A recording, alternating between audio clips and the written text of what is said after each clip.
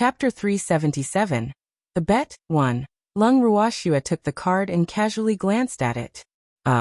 Seems this guy is quite rich because this is actually an anonymous silver card. In other words, if this card was lost, then no matter who found it, they could use it.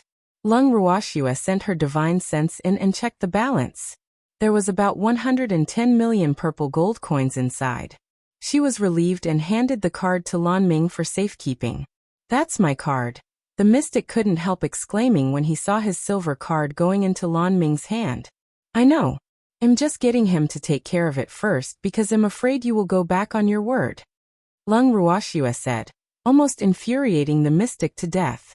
You. Sure enough, the mystic was almost angered to death by Lung Ruoxua, and he couldn't say a complete sentence even after a long time. You asked Su Heng to take out 100 million purple gold coins. Shouldn't you also take out 100 million so that we can be at ease? Zhou Kuan said. Moreover, his feminine face was wearing a bloodthirsty smile, as if he wanted to swallow them alive. Probably. But my guarantor is Lan Ming. If I can't pay, you can ask him for it. Lung Ruoxua dragged Lan Ming into the water unceremoniously. Moreover, what she implied was that they could not trust her, but couldn't they trust Lan Ming? Alas! Lan Ming beside her sighed. He really wanted to cry in his heart. What did this have to do with him? Why did she drag him into it? He was very innocent, okay? Do you need Lan Ming to take out 100 million purple gold coins to reassure you? Lung Ruoxua asked very innocently while blinking. No. There's no need. I believe President Lan won't renege on the debt, the mystic Su Heng hurriedly said. He knew that his president didn't get along with Lan Ming. However, the president could go against Lan Ming and look for trouble with him everywhere, but he didn't have the guts. President Zhou, as the actual parties involved, we have no objections. Do you have any objections? Lung Ruoxua said with a spurious smile as she looked at the gloomy Zhou Kuan. Moreover, her meaning was obvious. She was telling Zhou Kuan not to be a busybody. I have no objections. Zhou Kuan looked at Su Heng resentfully. Your president doesn't seem to have a good temper. Do you want to consider changing your branch? Lung Ruoxua asked understandingly. But she was thinking Su Heng? What's his relationship with the Su family? No. There's no need. Our president is a good person, Su Heng quickly said with a pale face. Alas! Look at how scared you are. It's most likely because you've suffered under President Zhou's abuse for a long time. You don't even dare to resist anymore, Lung Ruoxua said in realization, her face full of pity for him. No, it's really not. Su Heng wanted to explain, but Lung Ruoxua didn't give him a chance. There's no need to explain. I understand everything. Alas! What a pity. Lung Ruoxua sighed heavily and stopped talking. Then she turned her gaze to the arena. Not far away, Su Heng was so depressed that he wanted to bang his head against a wall. Ooh! How could this be?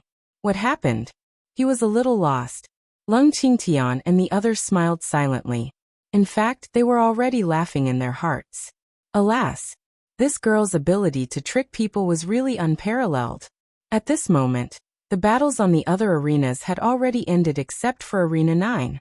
The fight on Arena 9 had also entered an exciting stage. Freak, we're going to get money, Lung Ruoxua said happily as she leaned in Freak's arms. Hee, 100 million purple gold coins. This was the reward for first place in the competition.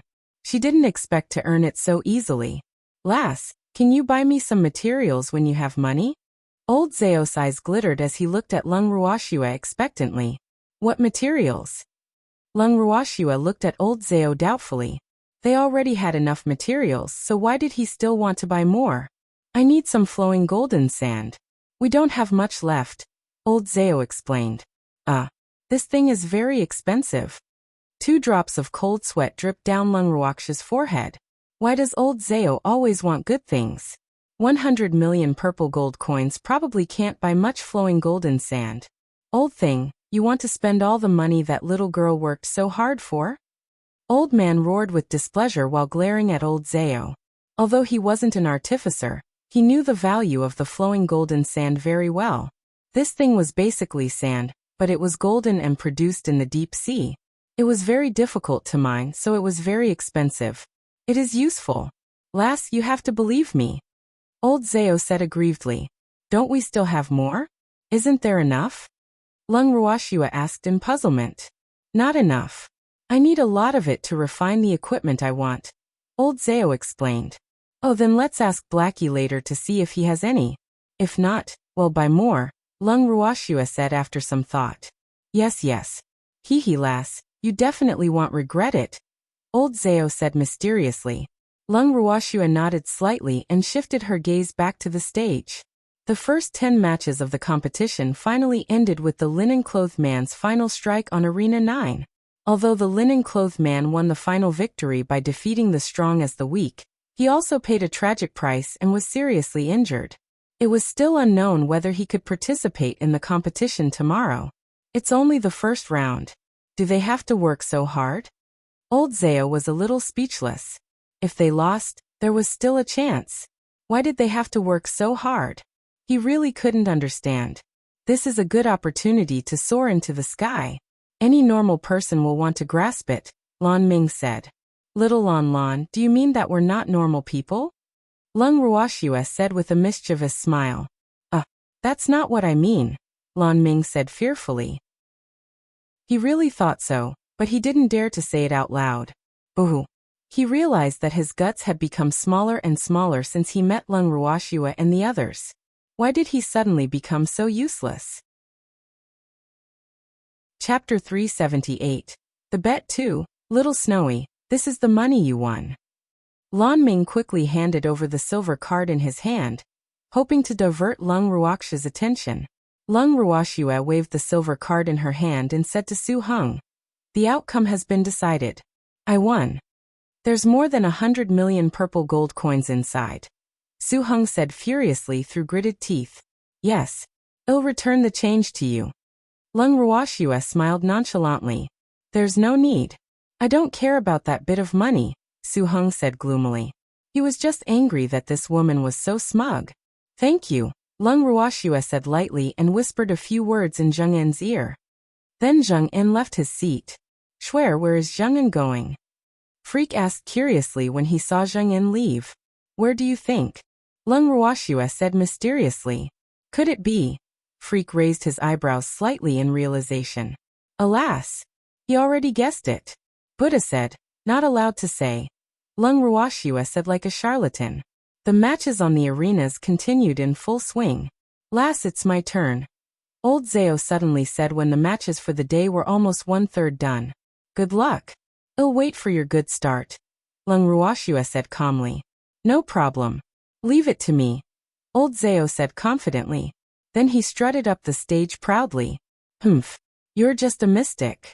How dare you be so arrogant? Su Heng snorted coldly not far away, and his voice drifted into Lung Ruoxua's and the others' ears. Surnamed Su, shall we continue gambling?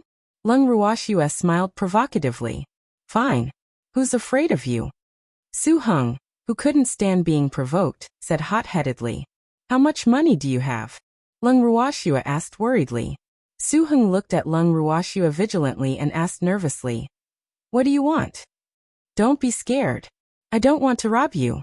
I just want to bet a bit bigger. What do you think? Lung Ruoxua comforted with a smile. Su Heng looked at Zhou Kuan and then asked, how big do you want to bet? Tell me how much money you have before I decide on how much to bet. Lung Ruoxua had already set a trap and was waiting for her prey to take the initiative to jump in. I still have 1.2 billion purple gold coins on me, Su Heng said. Oh, we have a total of 8 people now. We will all go on stage to compete in a while. Each match will be 100 million. For every correct guess, the loser will have to pay the winner 100 million purple gold coins. If you guess all 8 matches correctly, I will pay you 1.2 billion purple gold coins, and vice versa.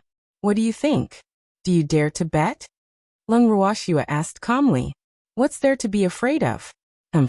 Don't regret it if you lose, Su Heng said confidently and proudly.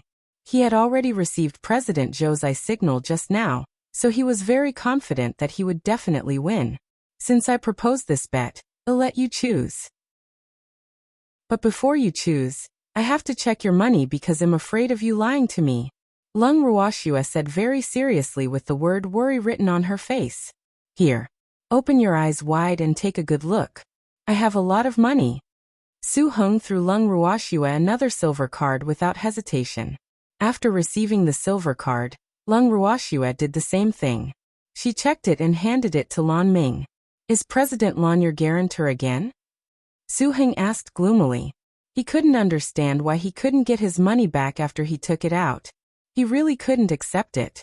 Haha, you've become smarter. Alright, you can choose now. Lung Ruoxua smiled happily. Hee, earning money is really too easy. Lan Ming looked at the silver card in his hand and looked at the foolish Su Heng, whom Lung Ruoxua had schemed against, with some pity. How dare you bet with this little fox? It would be strange if you didn't lose everything. Lung Ruoxua was already listed as an extreme danger in his heart now. Of course, I bet on you losing, Su Heng said loudly without hesitation. Since you're betting that we will lose, then I can only bet that we will win. Grandpa, you heard our bet, right? Lung Ruoxua turned to look at Lung Qingtian and the others. Yes, we will try our best. Lung Qingshan's mouth twitched helplessly. Granddaughter, this move of yours is really too ruthless. However, they were indeed short of money. All right. Lung Ruoxua was very satisfied with the reactions of her grandfather and the others. Wait, Su Heng took out 1.2 billion. What about you? What if you don't have money? Zhou Kuan couldn't help interjecting again. President Zhou, the parties involved have no objections. Why are you being nosy? Lung Ruoxua said coldly. Moreover, I have a guarantor. Do you think President Lan can't pay 1.2 billion purple gold coins? Lung Ruoxua continued to ask. You. Damn it. Do you know who you're talking to? Sun Meilin, who forgot how she had suffered earlier, couldn't help saying. Little Snowy, I want to sneeze again, Icy said lightly, scaring Sun Meilin so much that she quickly shrank into her seat, afraid that she would be sneezed on again. Haha, little Icy, bear with it. Lung Ruoxua caressed Icy's head and comforted him with a smile. While they were speaking, the battles on the stage had already begun. Old Zhao was on arena too. Although his opponent was an elementary mystic, and Old Zhao had just advanced to mystic not long ago, the opponent's strength was only slightly higher than his. On arena 2, Old Zhao's not very big eyes were looking at his opponent with a bright glow. Although his opponent was an elementary mystic, Old Zhao had many means, so he wasn't afraid of this person. Admit defeat, the elementary mystic said as if he was bestowing a gift. I should be the one saying that, Old Zhao said calmly. Chapter 379. The Bet 3. Don't you know that there's a difference between us? You are bound to lose, and your life might be in danger, the mystic reminded seemingly kindly. But in his heart, he hoped that the old man in front of him would admit defeat himself, so that he wouldn't have to fight. Moreover, he could conserve his energy and focus on the next match. So what? Wasn't there a battle just now where the weak defeated the strong? Old Zhao said nonchalantly. But that person can't participate in the later rounds at all. His injuries are so severe. So what if he won? The mystic continued persuading. It's better to win than to lose. Are you going to fight or not? Don't waste my time. Just admit defeat if you don't want to fight. Old Zhao said impatiently. Damn, some of the fights were already over, but his opponent was still beating around the bush. Humph. Since you want to die so badly, I'll fulfill your wish. The mystic was angry. He even felt that his good intentions were treated as ill intent. It would have been better if you were this straightforward earlier. Then Old Zhao immediately launched an attack directly. His fiery red mystic power pounced at his opponent like a fire dragon. The mystic hurriedly used an earth attribute mystic skill to block the fire dragon's attack. At the same time, he summoned his contract beast, planning to fight 2 against 1. His contract beast was a giant black snake of about 100 meters long, with a thick snake body that coiled around the arena. Its cold snake eyes were staring at Old Zhao. TCH, you have a beast. Don't I have one? Old Zhao was unwilling to be outdone, and also summoned a beast. He glanced at his opponent's beast disdainfully. Just an ugly lousy snake. How dare it show off? That's impossible. How can you have a dragon as a contract beast? The mystic asked in disbelief as he looked at the dragon flying in the air. This was a genuine dragon. Dragons were definitely at the top among beasts. Moreover, the one in front of him was actually a fire dragon, which had a higher status among dragons. This dragon's strength wasn't much higher than his ink snake, but the innate bloodline advantage of dragons was incomparable to that of ordinary beasts. Just as he thought this, the giant ink snake fell into a daze after seeing that its size was inferior to the dragon's enormous body. After returning to its senses, it dropped its head without any might or power, and its giant snake body was trembling. Although they were both level 3 divine beasts, the bloodline of dragons was much higher than its bloodline. This innate bloodline pressure was something it couldn't resist at all, unless its strength was much higher than this dragon's strength. Otherwise, it wasn't a match for this dragon at the same level. There are many impossible things in the world. Old Zao said nonchalantly. Are we still going to continue fighting? Old Zao asked immediately. No, I admit defeat, the mystic said. How could he fight now? Didn't he see that his ink snake didn't even dare to raise its head in front of the fire dragon? Good. Those who know the facts are smart. You have prospects, Old Zao praised. But he was feeling smug. It was really too easy to win this match. Referee, I admit defeat, the mystic said to the referee. The referee nodded and announced loudly, Old Zao victory. Old Zao won his first match, jumped off the stage happily, and jogged back to his team. Haha, lass, I won. Old Zao smiled joyfully. Lung Ruoxia nodded slightly, and then glanced at Su Heng before turning her gaze to the stage. It's only right to win. What's there to be so proud of? Old man said coldly. He didn't like this old fellow being too proud. I'm talking to lass. Why are you interrupting? Old Zao roared back in displeasure. Stop arguing. Don't let outsiders laugh at us. You only won one match, and we still have to win 7. It's too early to be happy now, Lin Liang said. What do you mean? Old Zao's face was full of question marks as he looked at Lin Liang. Ruoxia made a bet with someone, so we have to win all of them. Lin Liang explained calmly with a very strange expression on his face, because he was very sure that if Su Heng bet that they would win, the girl would definitely make them deliberately lose. Oh, then what's the bet? Old Zao was very curious. If we win all 8 matches, that Su Heng will lose 1.2 billion purple gold coins to us. Lin Liang said. 1.2 billion? Haha. Old Zao was stunned for a moment before laughing hysterically. This girl is really too evil. We're going to be rich this time. The unlucky Su Heng actually dared to bet with our girl. It would be strange if he doesn't go bankrupt this time. Not far away, Su Heng's face darkened as he mocked. You're really inexperienced. You only won 100 million. Do you have to smile so happily? You who have seen the world. Don't cry later. Old Zao reminded kindly. This young master can still afford to lose this bit of money, Su Heng said nonchalantly. He was a direct descendant of the Su family after all. Would he be lacking this bit of money? That's good. Old Zao sat down in his seat and ignored Su Heng. The matches continued. An hour later. Okay. Little Jing Jing, it's your turn. Come on. 1.2 billion. Old Zao reminded with a beaming smile as he gestured for victory. Yes, it can't run away from us. Feng Jing's serious face was full of confidence. After nodding at Lung Ruoxia and the others, Feng Jing strode forward calmly onto the arena. Feng Jing's opponent was also an elementary mystic. But this elementary mystic was very underhanded, because this elementary mystic attacked as soon as Feng Jing walked onto the arena, which was akin to a sneak attack. In fact, for true powerhouses, launching a sneak attack on their opponents was very shameful behavior. But as the saying went, all is fair in war and love. So despite this behavior not being worth advocating, it was allowed in the competition of the Mystic Association headquarters. Moreover, in the opinion of the Mystic Association, the existence of such behavior would also better increase the vigilance of mystics. Therefore, an increasing number of mystics like to play dirty in order to win the competition. Chapter 380. You're Blocking the Way 1.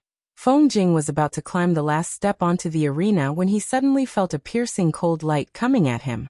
He dodged the attack and jumped onto the arena with a light spin. On the arena, Feng Jing's pitch-black eyes stared coldly at his opponent. The aura on his body was not at all inferior to that of the elementary mystic. Feng Jing originally didn't intend to kill anyone.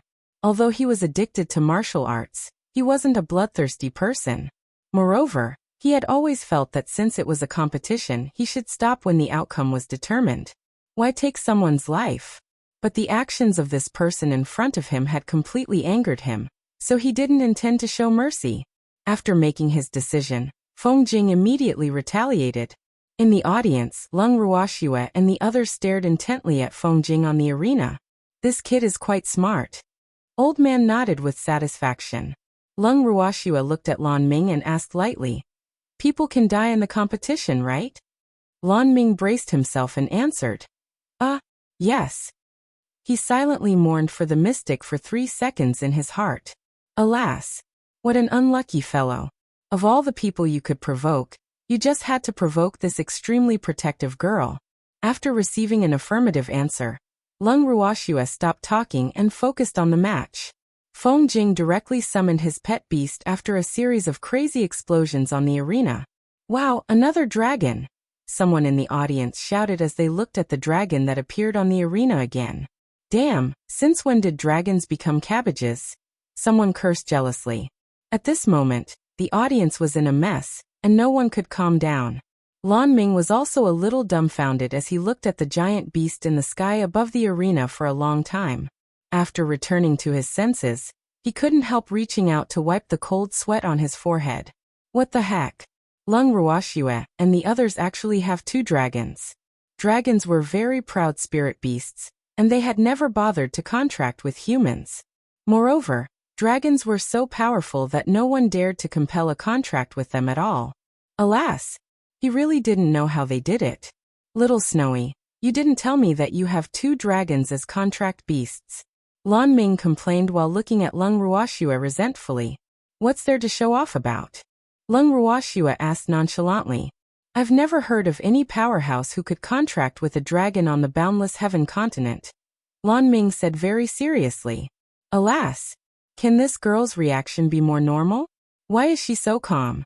"That's because you're too inexperienced. Dragons are nothing special," Icy, who had been sleeping with his eyes closed, suddenly said. Lan Ming was very depressed.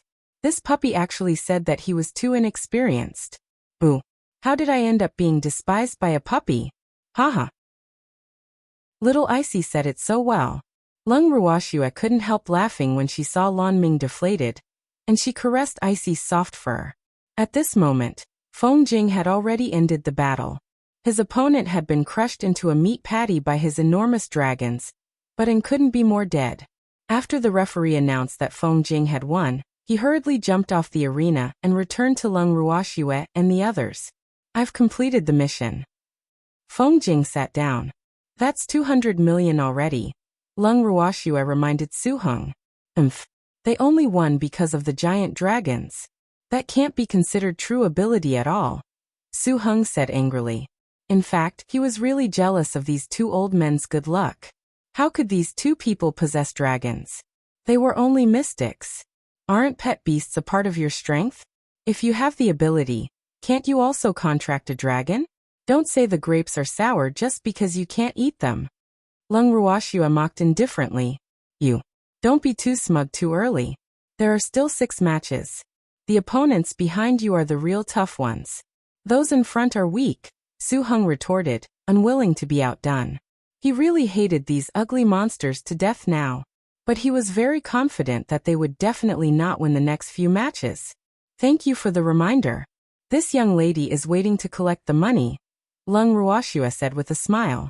"Little girl, I'm going on stage," Old man said. "Okay, be careful," Lung Ruoxue reminded. They had to be vigilant now that they had the experience from Feng Jing. Old man stood up and slowly walked onto the arena. It only took Old Man around 10 minutes to defeat his opponent without even using his beast. Then after the referee announced the result, he returned to his seat impatiently. Then Lin Liang went on stage. He also won easily without using his beast. Immediately after, it was the Feng family's first elder's turn to go on stage. Although it took a little effort, the result was still satisfactory.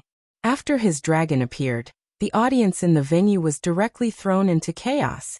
Ruoxia, we have 500 million in our pockets now, right? The Feng family's first elder asked directly after getting off the arena. Yes, there are still 3 matches. If we can win all of them, we will have 1.2 billion. Lung Ruoxia said with a light smile. Hee, earning this money is really too easy. The opponents of the remaining 3 matches are very strong.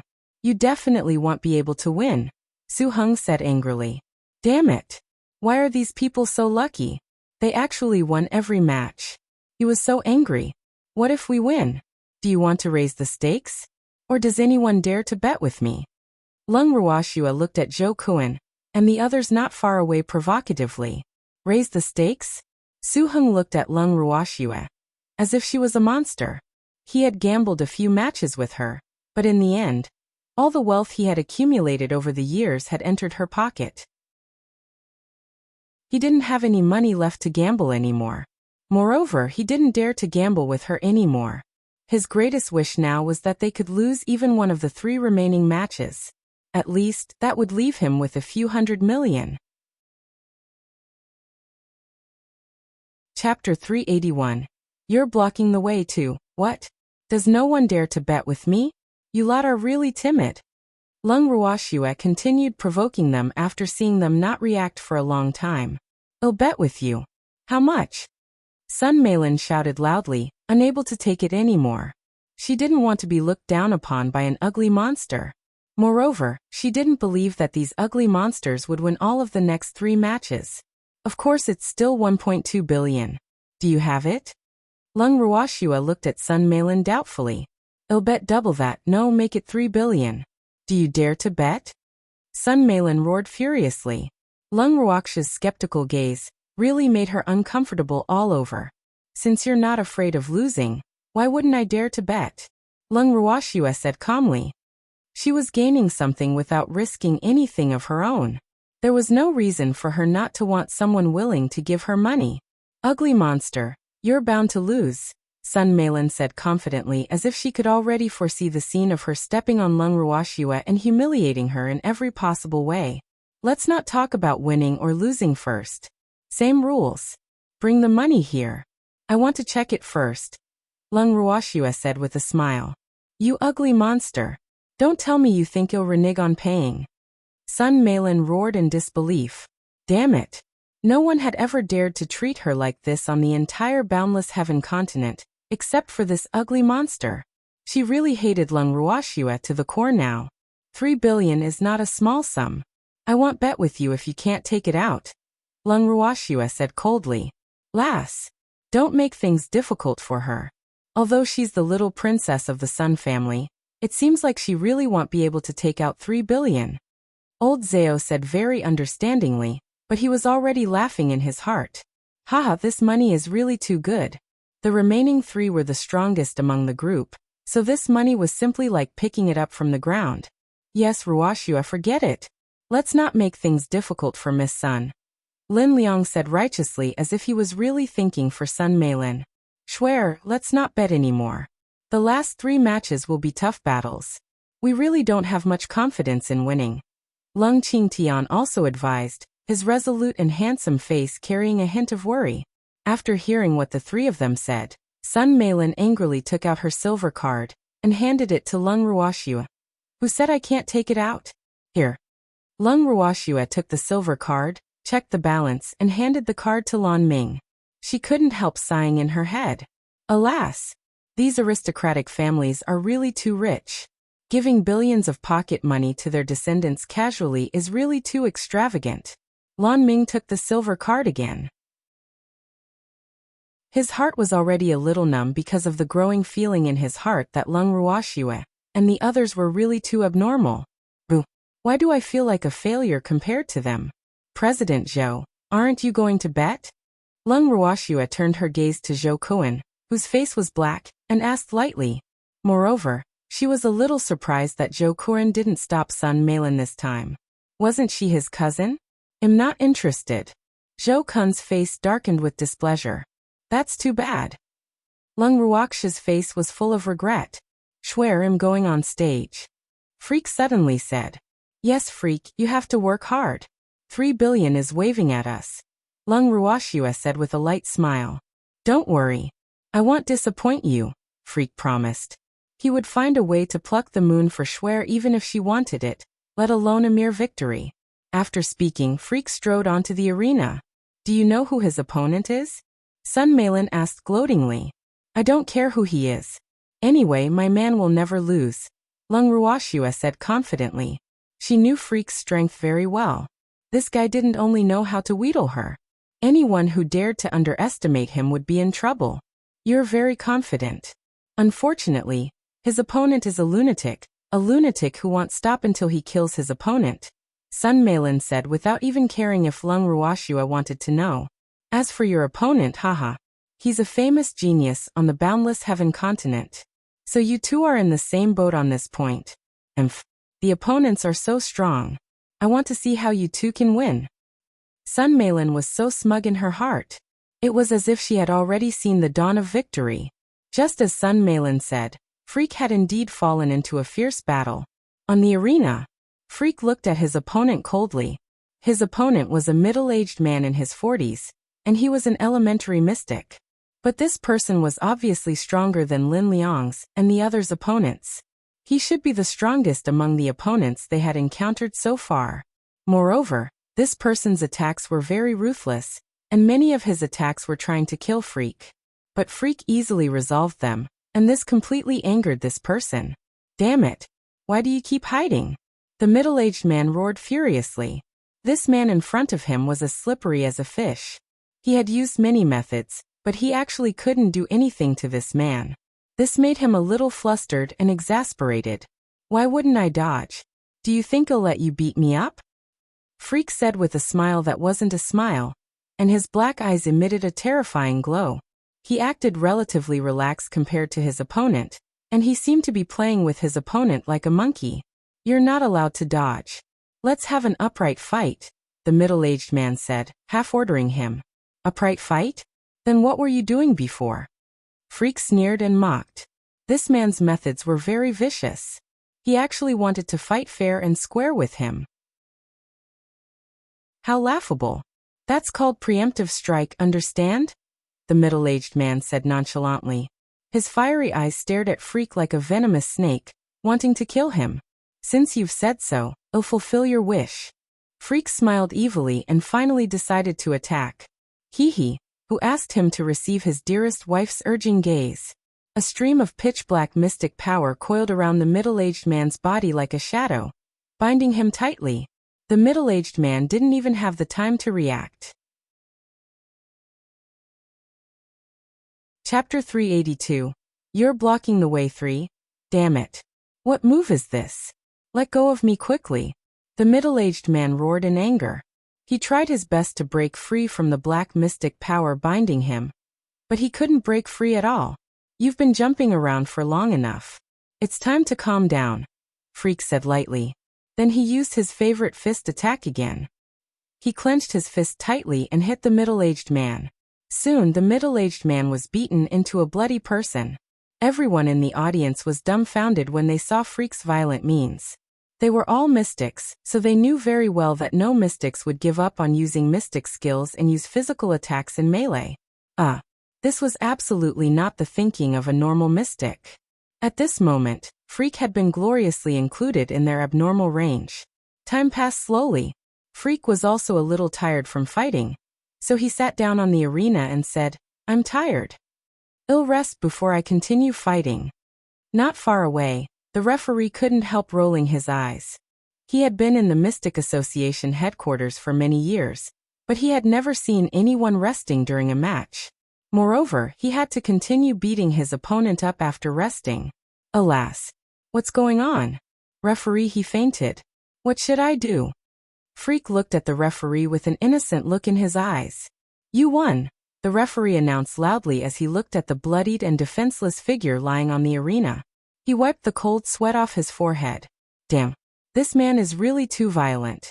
Freak had already left a deep impression of being a violent man in his heart. There were two ways to determine the winner of a match. One was for the opponent to admit defeat voluntarily, and the other was for the opponent to not have any ability to fight back. Of course, there was a time limit for this, and it had to be more than 10 minutes. Simply put, the opponent had to be down for more than 10 minutes. Otherwise, as long as he could still stand, the end of the match couldn't be determined.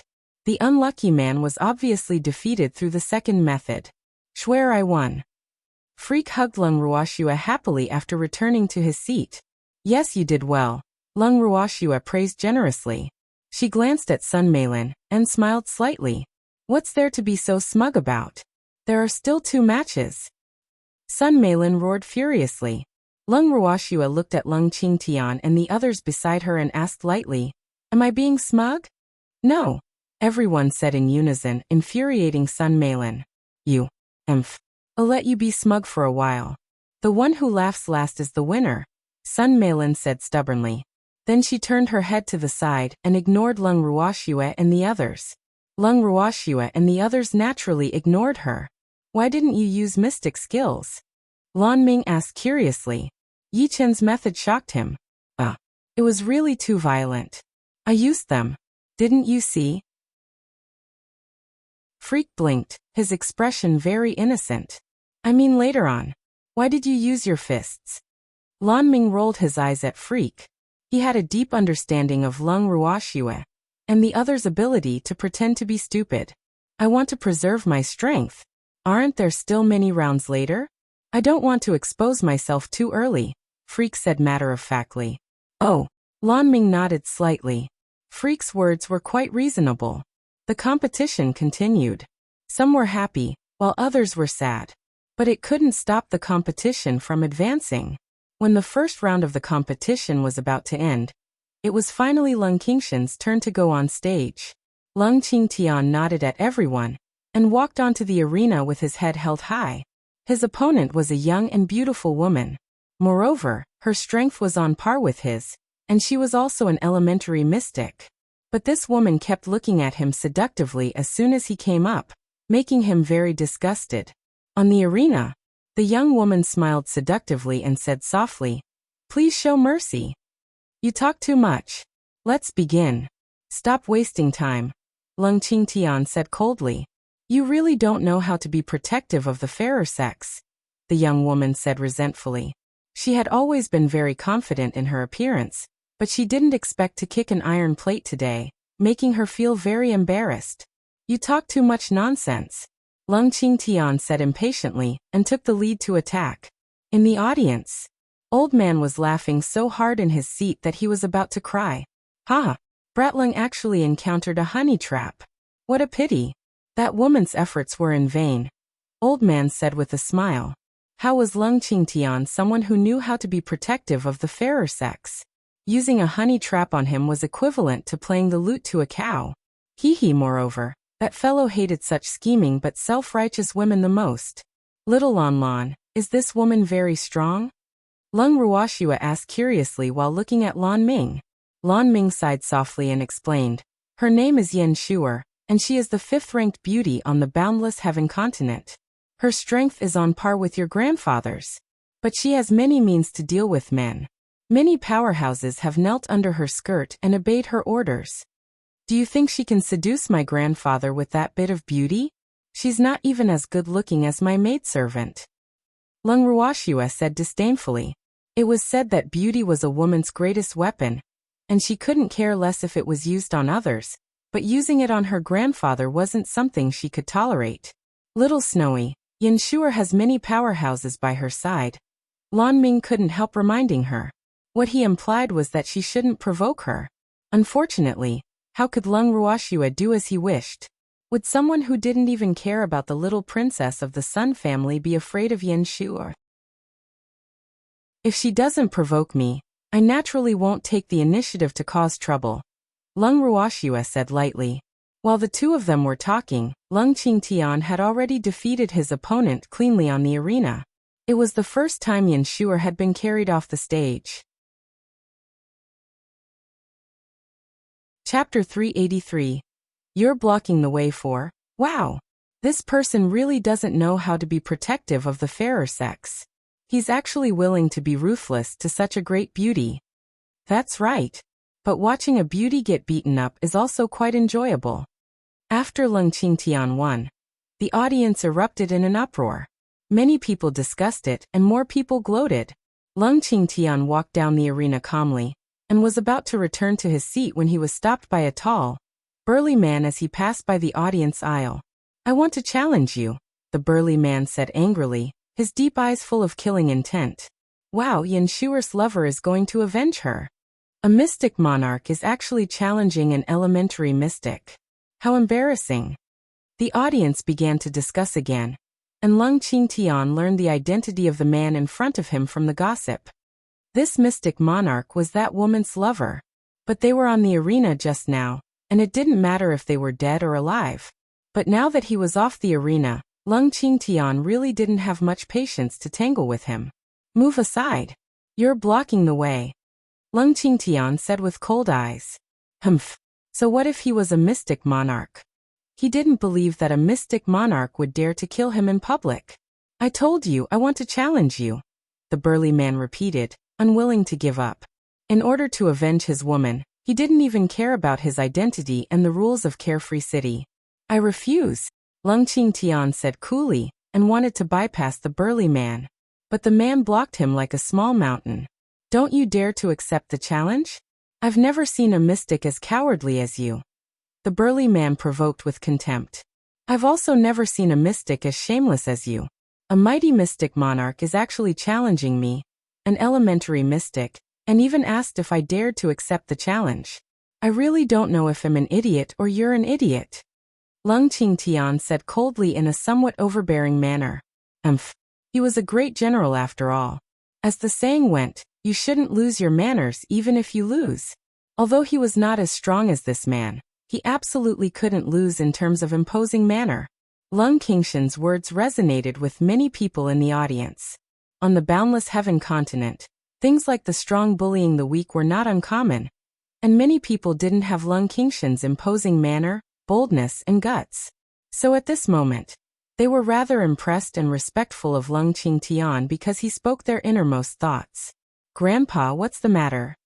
Leng Ruoxua walked over with freak after sensing the strangeness.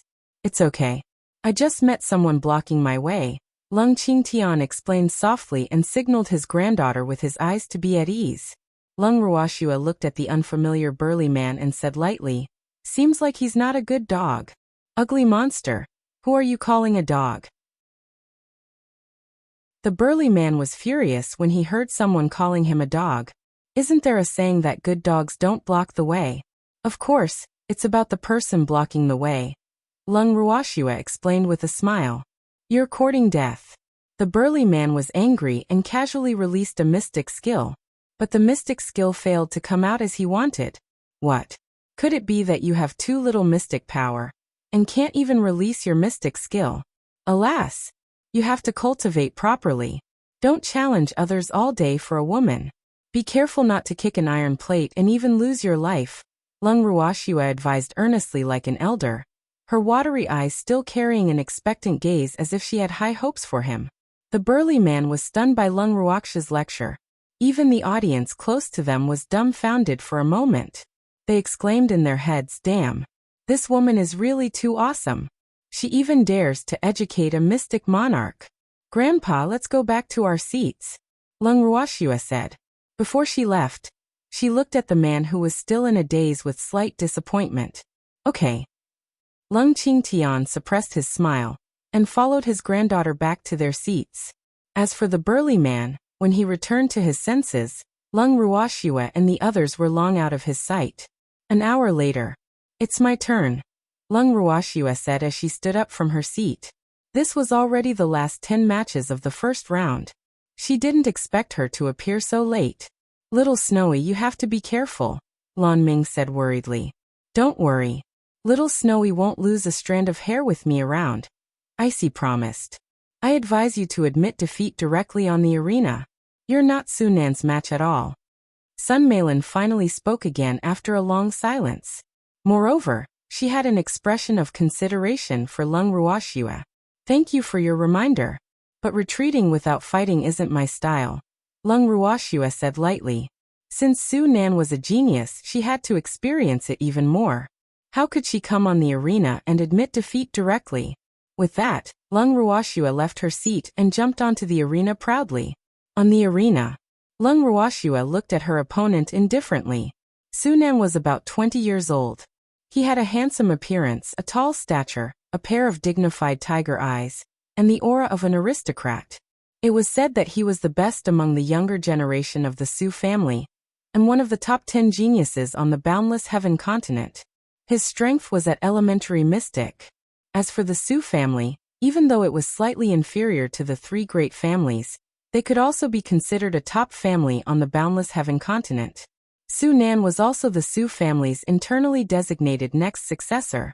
Su Nan was also looking at his opponent thoughtfully on the arena.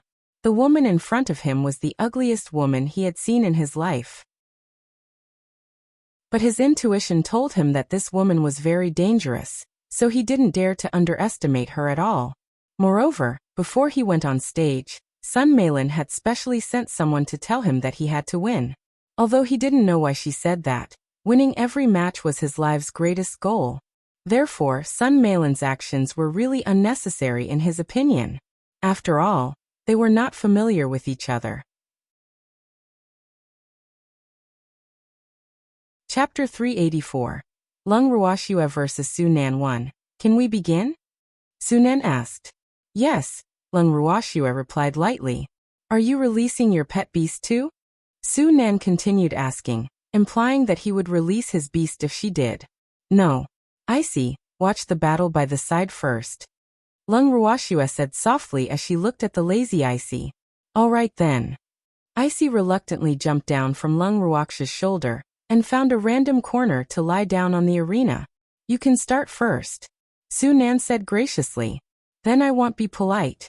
Take this. Then the aura on Lung Ruoxue's body suddenly changed.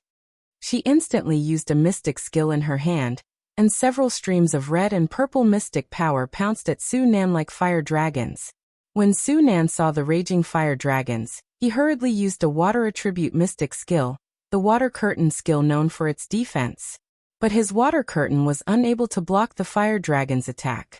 Before long, his water curtain was evaporated by Lung Ruoxue's fire dragons. Su Nan looked at everything in front of him in disbelief, and was dumbfounded. But he quickly returned to normal and hurriedly added the earth attribute mystic skill, Iron Wall, in a vain attempt to block Lung Ruoxue's fire dragons. Moreover, what made him depressed was that the temperature of Lung Ruoxue's fire attribute mystic skill was so high. He really couldn't understand it. Lung Ruoxue looked at the tall wall that suddenly appeared on the arena calmly, and smiled slightly.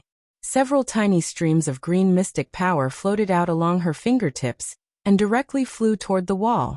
Green mystic power, I really didn't expect you to have the wood attribute, Su Nan said gloomily. Wood attribute mystic skills happen to be able to restrain his earth attribute mystic skill.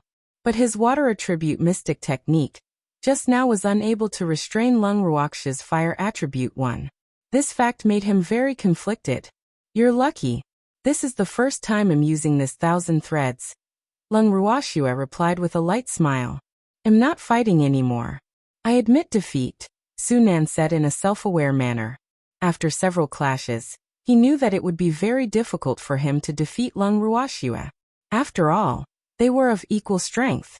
Moreover, every mystic skill she used subdued him, but he couldn't do anything to her. So there was no point in continuing the fight. It was better to admit defeat early, preserve his mystic power, and prepare for the additional round. Lung Ruoxue victory. The referee immediately announced loudly after Su Nan admitted defeat. He didn't expect the match that he originally thought would be a fierce battle was the fastest to decide the winner. Thank you for letting me win, Lung Ruoxue said politely. She picked up Icy, and was about to walk down the arena when she heard an extremely angry voice coming from the audience. Damn it! Su Nan, how dare you go easy on her? Sun Meilin roared furiously while wanting to skin Lung Ruoxue alive. 3 billion. That was 3 billion. It was enough to buy a small city, But it was gone so easily. How could she be willing? Miss Sun, even if you are the little princess of the Sun family, you can't insult the dignity of a mystic, Su Nan said with a dark face full of displeasure. Why else would you lose to a woman? Sun Meilin asked angrily. She was sure that Lung Ruoxue must have used improper means. Otherwise, Su Nan wouldn't have lost. Haven't you heard that there is always someone better? I'm not her match. Admitting defeat is the smartest choice, Su Nan explained while suppressing his anger. He wouldn't have had to suffer so much to explain to her if he didn't have to worry about Sun Meilin's identity. After all, he had to think about his family. Ignore her. She's just a sore loser, Lung Ruoxue said softly as she glanced indifferently at the furious Sun Meilin. A sore loser? Su Nan's face was full of question marks. The loser seemed to be him, right? What did it have to do with Sun Meilin? Your admission of defeat allowed me to win 3 billion from her, Lung Ruoxue said happily. Su Nan was speechless. No wonder Sun Meilin was so angry. After all, whoever lost 3 billion would definitely not be in a good mood. But he couldn't be blamed for this. He was indeed not Lung Ruoxue's match, and he couldn't fight to the death just because of a competition. After speaking, Lung Ruoxue walked down the arena with light steps in an incomparably happy mood. After returning to where Lung Qingtian and the others were, Lung Ruoxue deliberately glanced at Sun Meilin and said lightly, Miss Sun, admit your loss. I hope you are a person who can afford to lose. You have to learn from Su Heng on this point. Look at how calm he is. In fact, poor Su Heng wasn't calm at all. He was simply dumbfounded. Of course I can afford to lose. It's only 3 billion. It's just a drop in the ocean for our Sun family, Sun Meilin said fiercely through gritted teeth as she glared with her beautiful eyes that were shooting flames. She had never hated someone so much in her life, and Lung Ruoxue really made her hate her. She would definitely never let her go. I hope so. Little Lan Lan, can we go now? Lung Ruoxue turned her gaze to Lan Ming. Okay, this is for you. Lan Ming nodded slightly and handed her 2 silver cards. Thank you for safekeeping them for me. Lung Ruoxue took the silver cards and stored them directly in the bracelet. Then the group left the competition venue in a grandiose manner. Cousin, why didn't you help me just now? Sun Meilin roared furiously after watching Lung Ruoxue and the others leave. There are so many people here. What can I do? Do you want people to say that we're bullying others? Zhou Kuan coaxed helplessly. In fact, he hated this cousin of his to the core, but he had to deal with her for the sake of the family. Cousin is right. This place is indeed inconvenient. After calming down, Sun Meilin also thought it through. Since it was inconvenient to attack in Carefree City, she could only teach that ugly monster a lesson on the stage. This was her original idea, but it was even more urgent now. Lung Ruoxue, don't blame me for being ruthless. You asked for it. Who asked you to make me angry? Chapter 385. Lung Ruoxue vs. Su Nan 2. After leaving the venue, Lung Ruoxue and the others returned to their residence. Little Snowy, you have to be careful. Sun Meilin probably won't let you go. Lan Ming nagged like an old mother as everyone gathered in the living room. She originally didn't intend to let me go anyway, right? Lung Ruoxue said with a disapproving smile. There was no need to worry about debts. The Sun family seemed to have the most affinity with her since she came to the boundless heaven continent. Windless City involved the Sun family, and now that she came to Carefree City, she was actually entangled with the Sun family. Alas. In fact, she was also quite depressed. Her current strength was too low after all. Yes, Icy said before Lan Ming could answer, shaking his head non-stop. Lung Ruoxue caressed Icy's little head and asked curiously, Little Lan Lan, can we know our opponents in tomorrow's matches now? No, we will draw lots again before the competition tomorrow, Lan Ming said with a serious expression. Alas, he didn't know what would happen tomorrow, but he didn't dare to say anything in order not to affect their mood. He only hoped that they would be careful tomorrow. Then is it possible to tamper with the lot drawing? Lung Ruoxue asked thoughtfully after some thought. If Sun Meilin wanted to find trouble with her, the greatest possibility would be to tamper with the lot drawing. In principle, it's impossible, but Lan Ming's expression was a little unnatural. In fact, this was what he was worried about the most. After all, the current headquarters was under Wugong's control. It was difficult to guarantee that he wouldn't do something unfair to curry favor with the Sun family. Little Snowy, don't be scared. I will protect you, Icy said ingratiatingly. I'll protect my woman. Go play somewhere else, Freak said with some displeasure, his body faintly emitting a sour smell. You're too weak. Icy obviously looked down on Freak. Is that so? Then do you want to try my fist? Freak narrowed his eyes provocatively, his pitch-black and bright eyes exuding a dangerous aura. I don't want to. You're a violent man, Icy said fearfully. For some reason, this man gave him a dangerous feeling, and his intuition told him to stay away from danger. Stop bickering. Let's get some food and rest early after eating, Lung Ruoxua said helplessly. Eating is good. I like eating. Icy immediately cheered and jumped up. Boo. He ate casually at noon, and he was so hungry now. After hearing what Lung Ruoxua said, everyone got to work and began preparing dinner.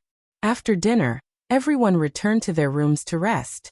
The next day, at the competition venue, as soon as Lung Ruoxua and the others entered, Lan Ming, who came to the venue to draw lots first, appeared in front of them with a serious expression just like yesterday. What's wrong with you? Did someone bully you? Lung Ruoxua couldn't help teasing. Lan Ming was about to say something when old Zhao interrupted him.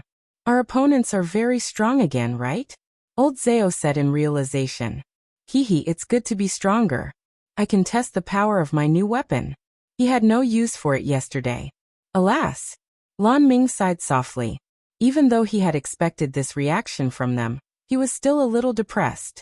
Moreover, their opponents today were not strong, but just very difficult to deal with. Let nature take its course. Lung Ruoxua only said 5 words before pulling Freak to where they were yesterday. Lung Qingtian and the others naturally followed closely behind. Lan Ming was stunned for 2 seconds and hurriedly followed. You're in luck today. Your opponents aren't that strong.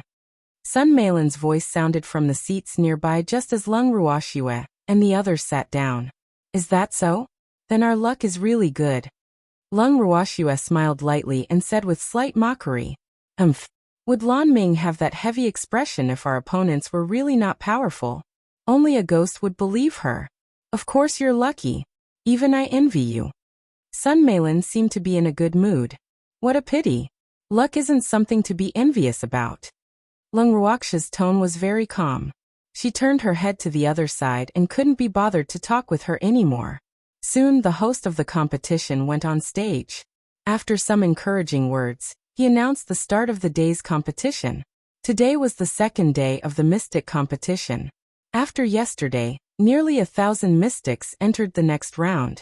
After the competition officially began, the atmosphere in the venue rose rapidly, and it was actually even more enthusiastic than yesterday.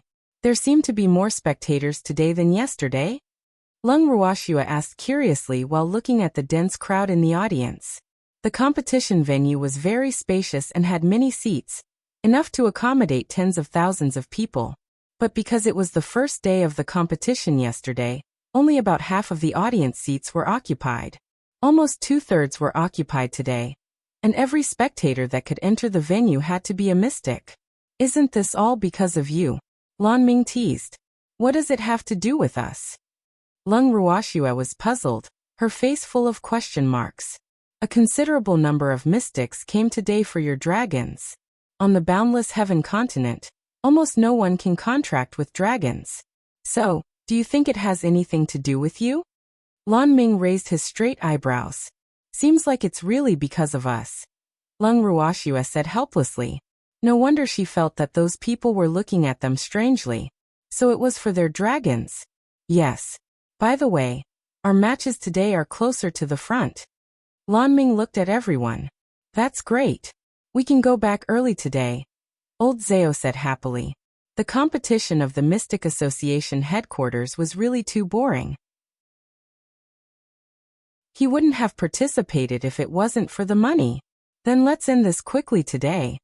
Lung Ruoxua nodded. Little Snowy, your opponents today might not be as strong as yesterday's, but those few people are very difficult to deal with. Moreover, they don't have a good reputation among mystics, and they often use despicable means, so be careful. Lan Ming reminded worriedly, his two straight eyebrows almost furrowing together. Chapter 386, Lung Ruoxue vs. Su Nan 3 Editor. Atlas Studios. Everyone nodded tacitly and stopped talking. They each thought about their strategy for today. Soon, Lung Ruoxue and the others went on stage one by one. After going on stage, Lung Ruoxue, Freak, Lung Qingtian, Lin Liang, and Old Man defeated their opponents very cleanly. Only Old Zhao and the other two encountered some trouble.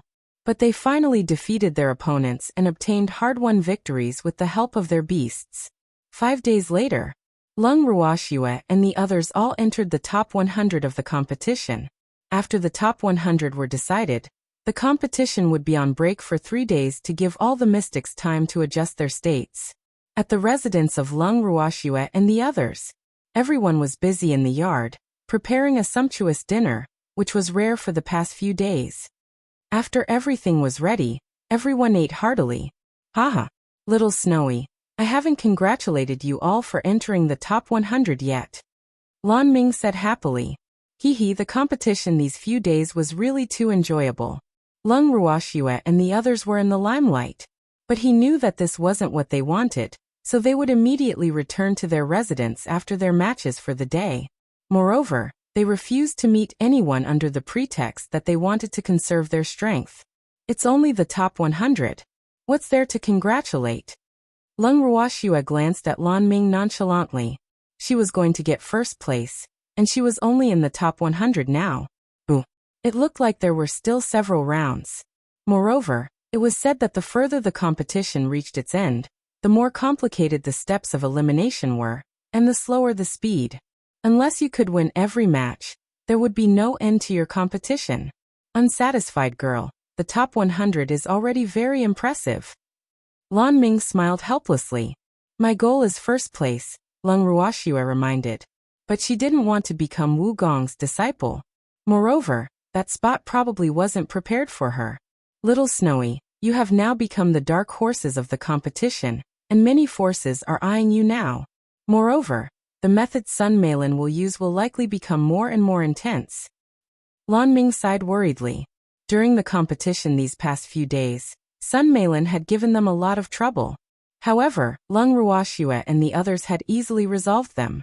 He was worried for Lung Ruoxue and the others every time he saw the vicious gaze in Sun Meilin's eyes after her schemes failed. But these people didn't take it seriously at all. Alas, he was really a little helpless. Little Lan Lan, we'll deal with whatever comes our way. Worrying won't be able to solve any problems, so calm down. Lung Ruoxue said nonchalantly. To be honest, if Carefree City didn't prohibit private fights and Sun Meilin had too many people protecting her, she would have probably quietly gotten rid of her long ago. How could she let that crazy woman plot against her time and again? That's right. President Lan, that woman is a lunatic. Don't worry too much, Old Zhao said casually. Hehe, others might not know what the girl was capable of, but did he not know? Sun Meilin wouldn't be able to do anything with the girl around. While everyone was eating and chatting, someone knocked on the door. Zheng En, go see who's here. Lung Ruoxue ordered Zheng En, who was closest to the door. Yes, Mississippi. Zheng En stood up and walked toward the door. He returned a few minutes later. Miss, it's Chen Wei. Zheng En said. Chen Wei? What is he doing here? Let him in. Lung Ruoxue said after some thought. Chen Wei was the linen-clothed man whom she had bet 10 million purple gold coins on the first day of the competition. After defeating his opponent, Chen Wei had been seriously injured, and was originally unable to participate in the following competition. But she got Zheng En to send Chen Wei medicinal pills to treat his injuries. After some hard work, Chen Wei also got into the top 100. Okay, miss, Zheng En answered and went to the door to welcome Chen Wei in. Chen Wei thanks Miss Lung for your kindness. The first thing Chen Wei did after entering was to kneel on the ground and bow very gratefully. To him, Lung Ruoxue was his second parent. If not for her, he would have probably become a cripple. But Lung Ruoxue, who liked to keep a low profile, didn't see him even though he had come many times. So he didn't have any hopes of seeing her this time, but he didn't expect her to be finally willing to see him. Get up. Although I saved you, I really don't need your gratitude, Lung Ruoxue said lightly. She had always been casual in saving people. She would save those she found pleasing to the eye, and it was useless to beg her if she didn't like them. After all, she was not a savior. Miss Lung, you are my great benefactor. If not for your pills, I would have been a cripple long ago, so. Chen Wei was about to continue when he was interrupted by Lung Ruoxue. Your will is very firm, and you are very courageous, but you are a little too persistent. It will be disadvantageous to your growth if this goes on. Lung Ruoxue very clearly pointed out the weakness in Chen Wei. In fact, the reason she was willing to save him was mostly because of the rare aura of a powerhouse on Chen Wei's body. But she wasn't optimistic. Chen Wei didn't cherish his life in order to win. After all, in her opinion, nothing was more important than life. The outcome of the competition was only temporary. What was the use of winning the competition if he lost his life? Chen Wei has learned a lesson. Chen Wei knew that what Lung Ruoxue said made sense. But his desire to win at the time had been too strong, so he went astray. In fact, he was usually a very rational person. Chen Wei, why are you looking for me today? Lung Ruoxue asked lightly while her watery eyes stared at Chen Wei in front of her. I heard a piece of news, Chen Wei said and told Lung Ruoxue and the others the news he had heard. Thank you for telling me this news, Lung Ruoxue said gratefully. Miss Lung, you are too polite. You are my great benefactor. I wouldn't be human if I didn't tell you after hearing this news. Chen Wei smiled foolishly, his face a little embarrassed. After speaking he left. Schwer, Sun Meilin seems to hate us to the core. She actually, Lung Qingtian said with a worried expression. Chapter 387. Lung Ruoxue vs. Su Nan 4, Editor. Atlas Studios. Grandpa, don't worry. We're safe for now, Lung Ruoxue comforted. Little Tian, don't be afraid. I'll protect all of you, Icy said without looking up while eating the food in front of him. Why don't you settle down in Carefree City? No one will dare to do anything to you here, Lan Ming suggested. Even though many mystics wanted to settle down in Carefree City, the property prices here were quite high, so ordinary mystics could hardly afford to live here. But Lung Ruoxue had won so much money and could definitely afford the houses here. No, I don't want to live here. Lung Ruoxue declined Lan Ming's good intentions. She had discussed with her grandfather and the others some time ago that they planned to buy a relatively remote small city in the future as their residence. After all, they had a lot of people and many secrets that weren't good to reveal. But it's relatively safer here than outside, Lan Ming advised stubbornly. He was really worried about the safety of Lung Ruoxue and the others. There will also be hidden dangers in safe places. Moreover, this place is under Wugong's jurisdiction. If we live here, we could die without knowing why. How sad would that be? Lung Ruoxue didn't want to live in this seemingly safe place. They even had to be wary of some people now that they were staying in the headquarters. However, if they bought a house in Carefree City, those people might not dare to do anything openly, but that didn't mean they wouldn't dare to do anything. After all, the rules of Carefree City were dead, and the headquarters would probably turn a blind eye. They were merely weak mystics, so no one would uphold justice for them. After hearing what Lung Ruoxue said, Lan Ming was speechless. Alas, this girl might be young, but she's much more experienced in thinking things through than I am. He suddenly felt that he was really too useless and couldn't help much. Alas! Let's compete in peace first.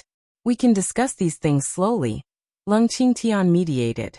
Some things really couldn't be rushed. Little Lan, why is only Su Nan from the 10 great geniuses of the Boundless Heaven continent participating in the competition? Lung Ruoxue asked curiously, changing the topic. Although some of the mystics participating in the competition were very strong, they were not among the 10 great geniuses. So she really wanted to know what kind of strength the famous 10 great geniuses had now. Every mystic is allowed to participate in 3 competitions held by the Mystic Association headquarters at most. Most of the top 10 geniuses have already competed 3 times, and some have already advanced to Mystic Monarch. Thus, only Su Nan participated. But the other 9 geniuses should be coming to watch the competition in a few days. Lan Ming explained. How are the other 9 geniuses compared to Su Nan? Lung Ruoxue continued asking. Su Nan only ranks 8th among the 10 great geniuses.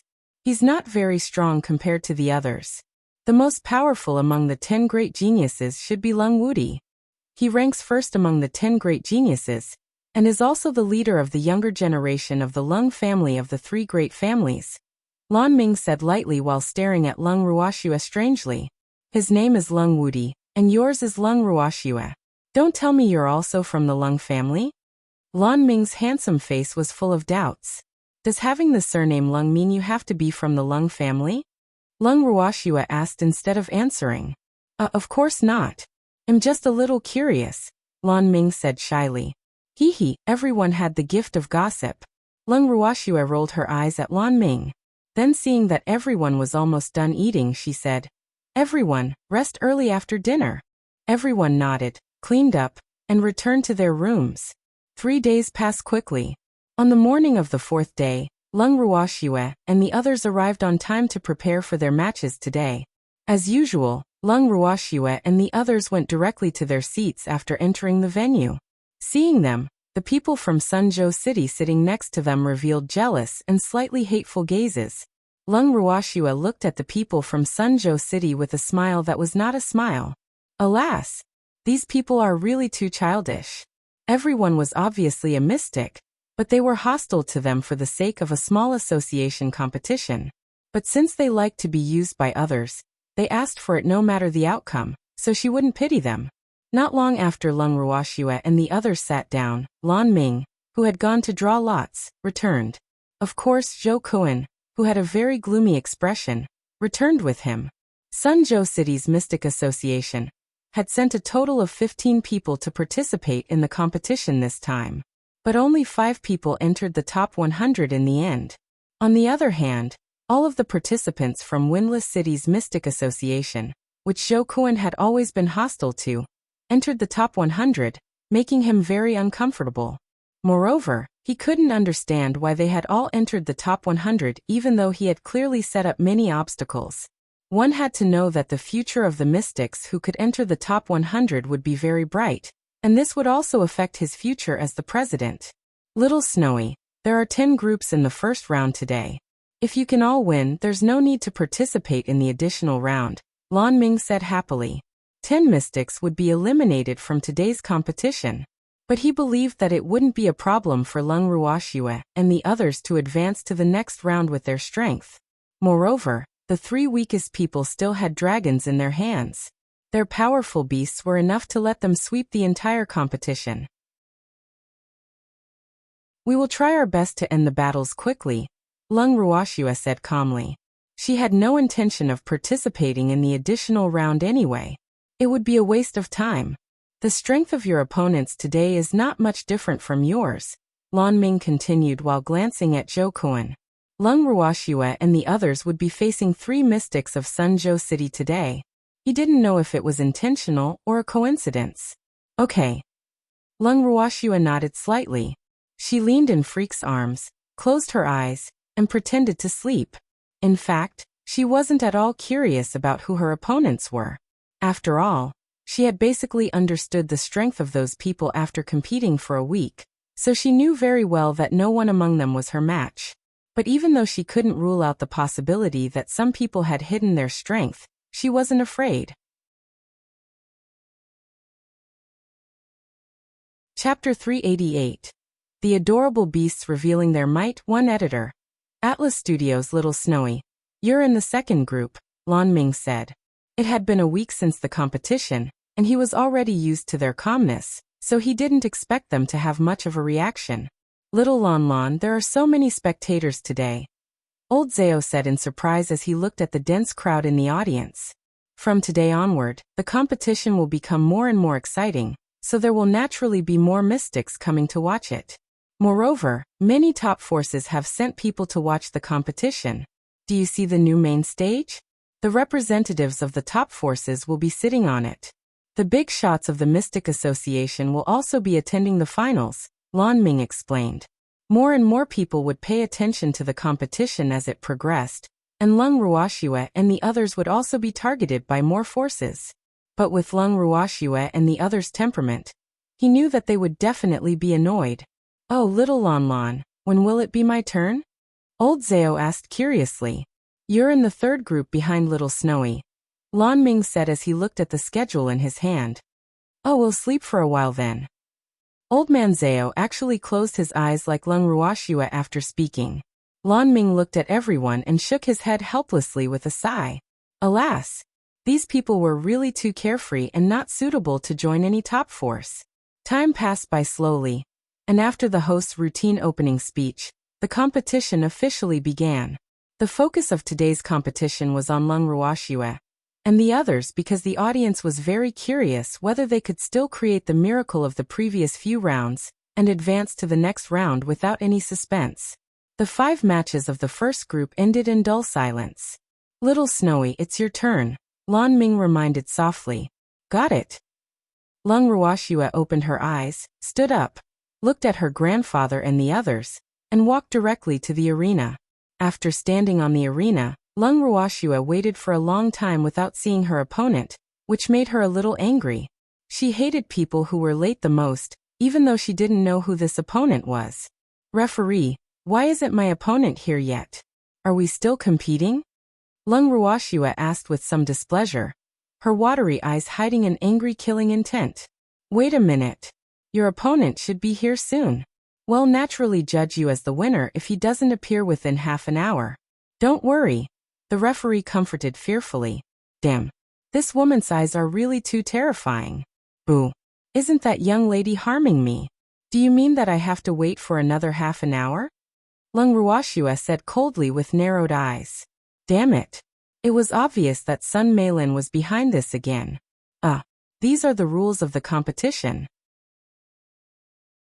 If the competitor goes on stage within half an hour, it won't be considered forfeiting. Otherwise, it will be treated as forfeiting.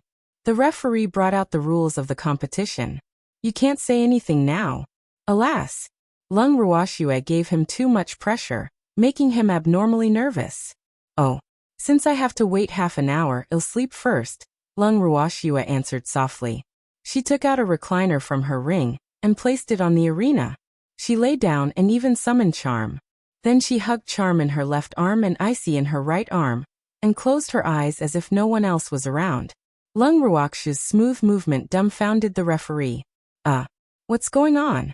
He had refereed so many matches, but this was the first time he had encountered a competitor who dared to sleep on the arena.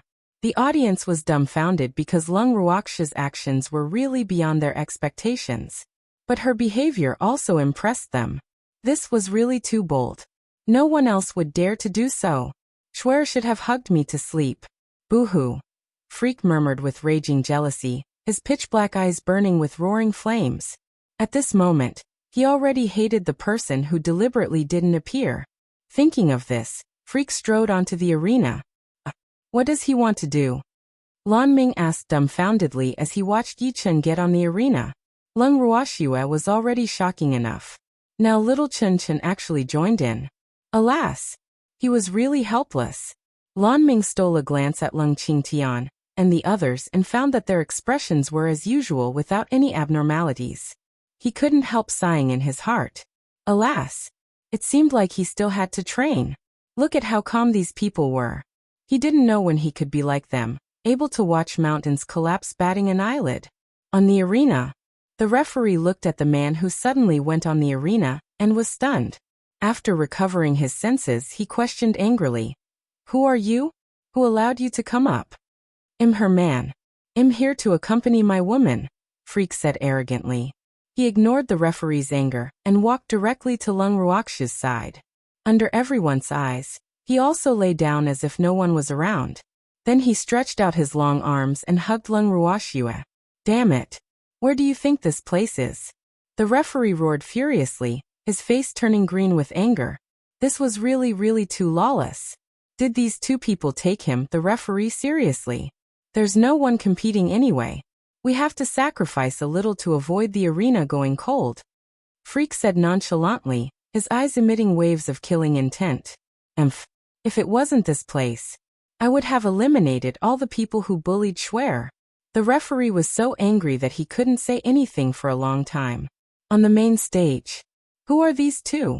A handsome and extraordinary nobleman in luxurious clothes asked the person beside him softly. This man was in his 20s. His appearance was incomparably handsome, his temperament was noble like a god, and his pitch-black starry eyes were bright and stunning. The woman is Lung Ruoxue, and the man is Yi Chen. They are from Windless City's Mystic Association. I heard that they are an engaged couple. The person beside the man was none other than Su Nan. Su Nan looked at the stage and sighed.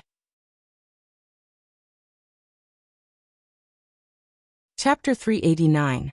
The Adorable Beasts Revealing Their Might. 2 Editor. Atlas Studios. Lung Ruoxue? These two are quite interesting.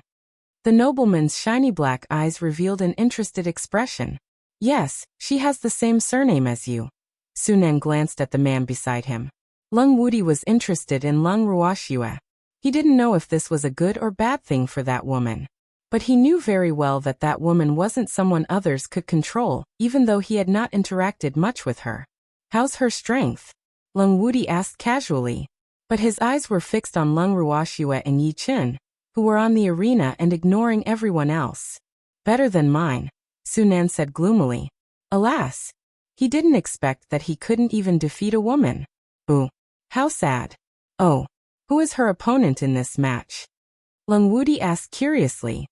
Lung Ruoxue was really calm.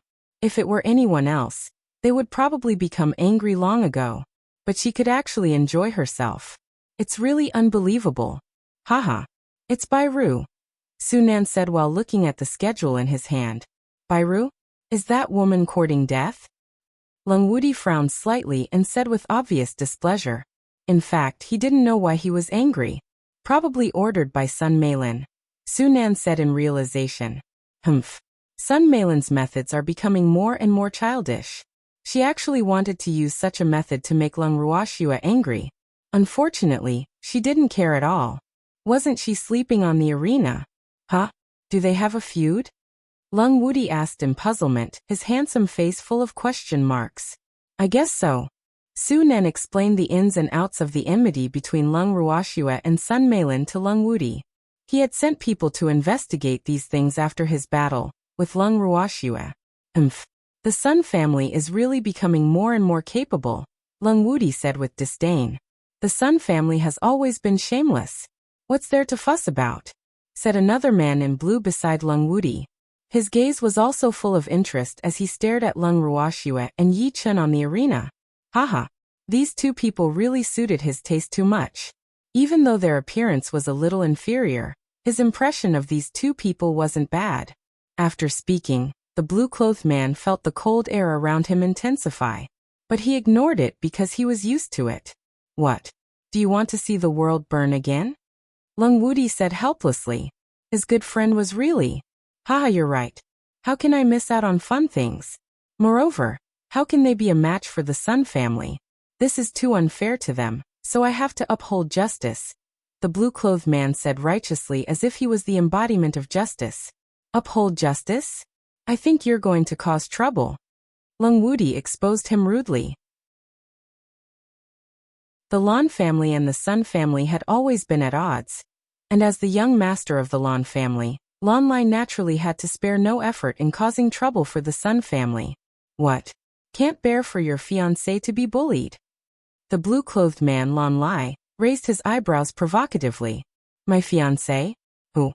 Lung Wudi's handsome face was full of question marks. Why didn't he know that he had a fiancé? Did his grandfather secretly arrange one for him? Impossible.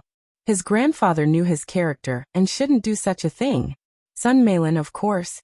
Lan Lai smiled mischievously, his handsome face full of teasing. Sun Meilin had always regarded herself as Lung Wudi's fiancé. Unfortunately, the man didn't know about this at all.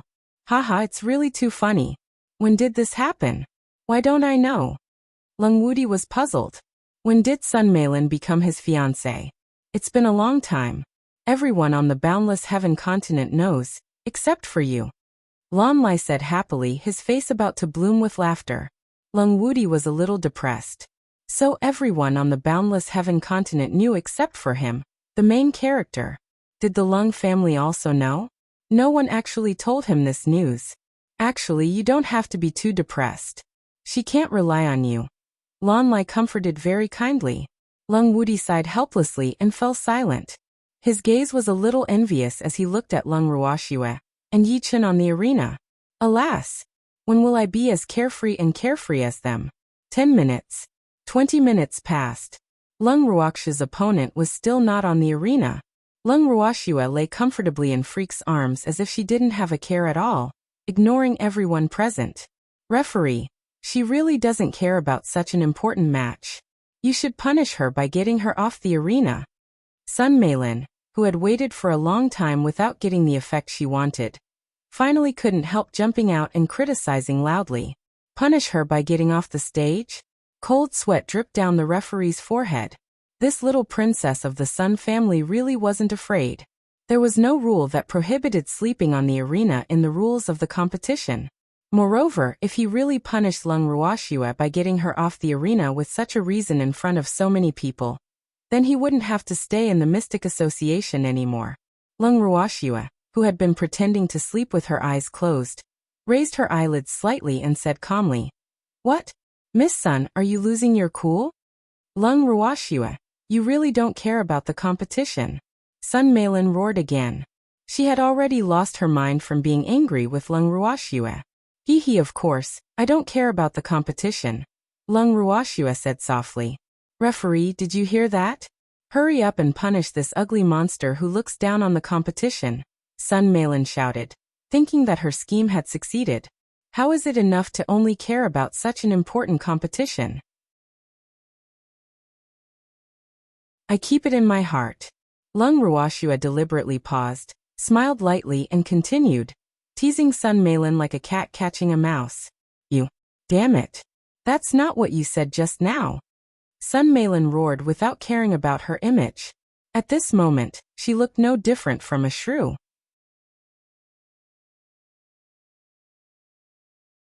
Chapter 390. The Adorable Beasts Revealing Their Might 3 Editor.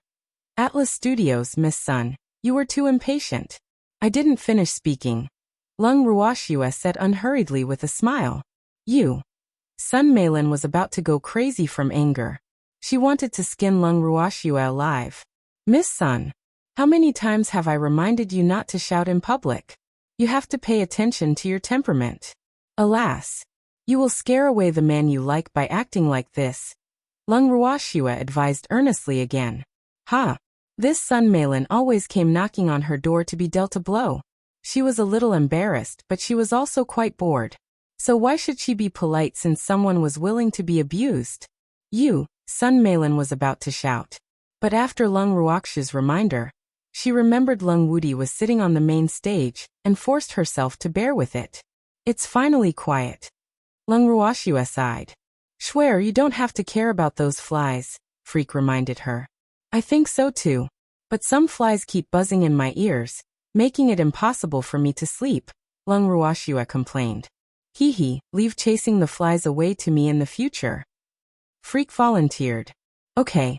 Referee, how many minutes until the time is up? Lung Ruoxue answered, and then turned her gaze to the referee. There are still 3 minutes. The referee said with a slight tremble while grumbling in his heart. Boo. If these two want to talk love, can they do it in private? He was under a lot of pressure standing beside them. Lung Ruoxue nodded and closed her eyes again. On the main stage. Haha, this woman is really too amazing. Lon Lai laughed happily. A mystic with no background actually dared to provoke the little princess of the Sun family. Her courage was commendable. He had to get to know such a brave woman. Otherwise he would regret it. Hopefully, she's mentally prepared to receive the Sun family's revenge. A man in black on the main stage suddenly said coldly, Sun Tung, are you planning to take action against her? Lon Lai asked cautiously. He wouldn't let the Sun family destroy such a brave and interesting woman. I'm not that bored, but it's hard to say for Sun Meilin. The man in black named Sun Ting said coolly. If he really wanted to stand up for the Sun family, the first person he should deal with was Lan Lai. How could it be anyone else's turn? Sun Meilin won't amount to much, Lan Lai said disdainfully. Women who acted cockily just because they were pampered were forever only worthy of being pawns of the family, just like his cousin. She was beautiful, but she was a brainless fool. Don't underestimate a woman's ability. You will be doomed, Sun Tung reminded. Haha, that Bairu listened to Sun Meilin because of you, right? Lan Lai said in realization. Although the Lan family and the Sun family had always been at odds, he had a good relationship with Sun Tung. No one would dare to say this to Sun Tung except him. The women of the Bai family have nothing to do with me, Sun Tung said with some annoyance. Haha, haha.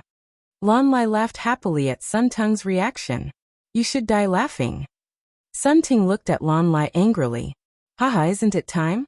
Is that Bairu still not on the arena? Lan Lai looked at the time after laughing. She's already gone up, Leng Wudi reminded. Oh, Lan Lai's gaze turned to the arena. As expected, Bairu had already walked onto the arena. On the arena, Bairu stared at Leng Ruoxue with disdain. Humph. Embracing in public, you really don't know any shame, Bairu said mockingly in disdain. She had promised Sun Meilin that she would humiliate Leng Ruoxue, so she started finding trouble as soon as she got on the arena. Unfortunately, Leng Ruoxue, Freak, and even the two beasts ignored her. Hey slut, I'm talking to you? Don't pretend to be deaf and mute. Bairu roared angrily because she could already feel that everyone's eyes seemed to be on her now. Moreover, there were actually sympathetic gazes among them. Damn it! What's going on? Why are they all staring at me? Were they charmed by my beauty? She guessed narcissistically. However, no human or beast bothered with her. Referee, are we still going to compete? Bairu questioned the referee furiously. Let the match begin, the referee said with some displeasure, and he couldn't help cursing in his head. Fuck, what do these aristocratic young ladies think I am? Even a normal person will be angry. Moreover, I'm not their dog. Schwer, the match has begun. Freak whispered in Leng Ruoxue's ear. Okay. Darling Dazzle, rise, come out and play with her for a while. Leng Ruoxue opened her eyes slightly and released Darling, Dazzle, and Rise at the same time. Then she ignored everything and closed her eyes again. Beloved master, leave this ugly woman to us. Darling rubbed against Leng Ruoxue's body coquettishly. Master, I will definitely play with her well, Dazzle promised solemnly. Hee, I won't let this ugly woman go. She has to pay the price for bullying Master. Master, this woman stinks. It's killing me, Rise said exaggeratedly. You damn beasts, you're really tired of living, Bairu said through gritted teeth while glaring at the three small and cute beasts standing in front of her. She was about to attack, but she saw Leng Ruoxue suddenly summoning her spirit beasts, and these spirit beasts actually teamed up to humiliate her. She had never been humiliated by beasts in her life, so she would definitely not let these damn beasts who dared to embarrass her go. You are the beast. Your entire family is beasts, Dazzle said with a displeased face. Hee, we are the cutest beasts of our cute master. A humanoid beast like you won't understand, Darling said with contempt. Chapter 391. The Adorable Beasts Revealing Their Might for Editor. Atlas Studios. Yes, humanoid beast, I want to destroy you on behalf of my master, Rise said seriously, his expression extremely serious. You. Bairu was so angry that she couldn't speak. Bairu calmed down slightly and ordered. Referee, what does she mean? Why is that ugly man still on the arena? Chase him and these few stray beasts quickly. The competition allows the use of spirit beasts, the referee said with a face full of black lines. Damn, this was the first time he had seen a beast with such a sharp tongue that could make people vomit blood. It was really too enjoyable. Moreover, he wasn't the only one with such thoughts.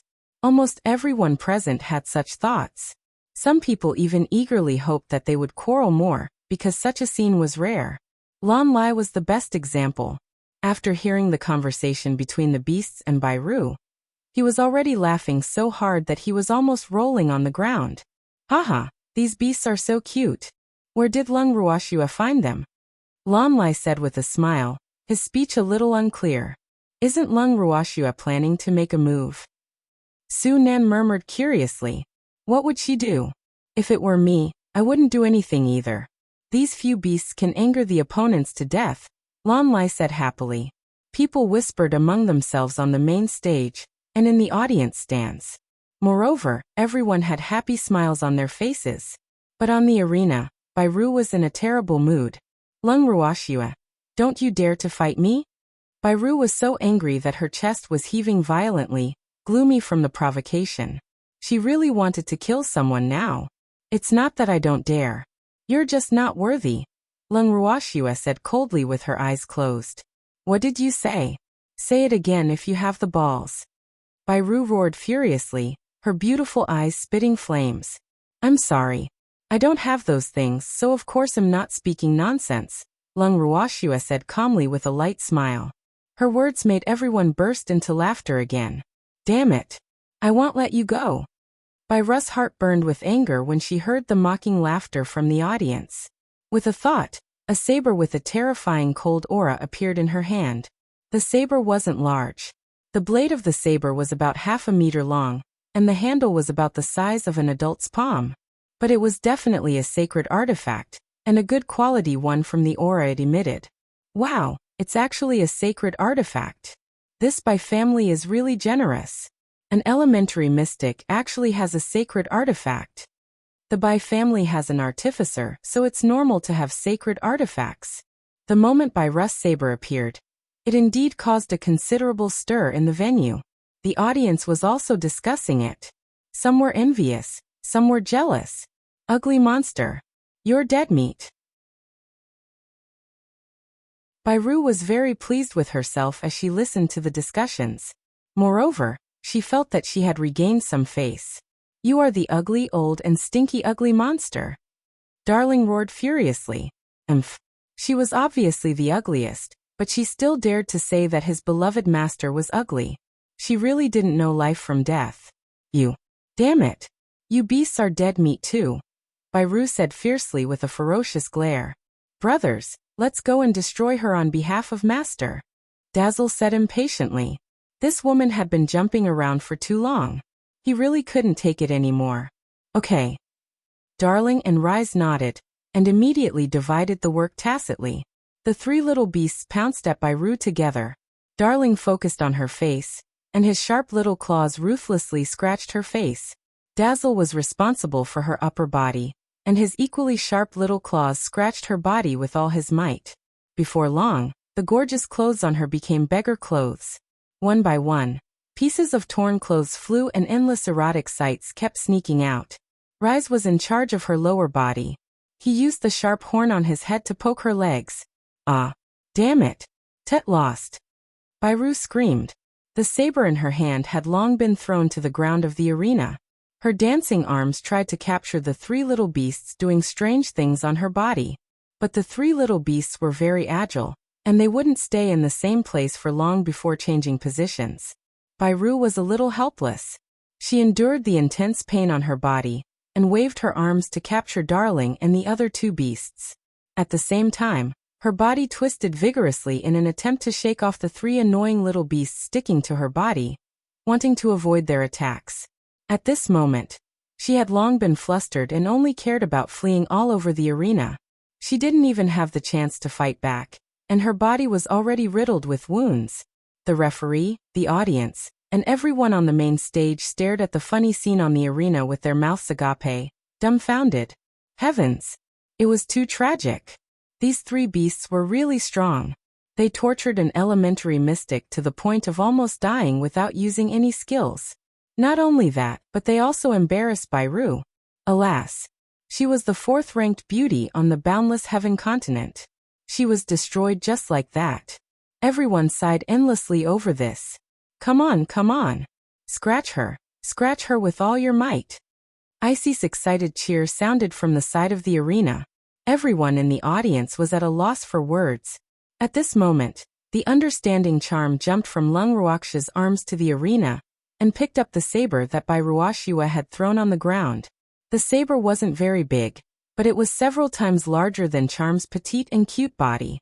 Charm tapped the blade with his little paw and nodded with great satisfaction. This blade is passable. Charm's words shocked everyone again.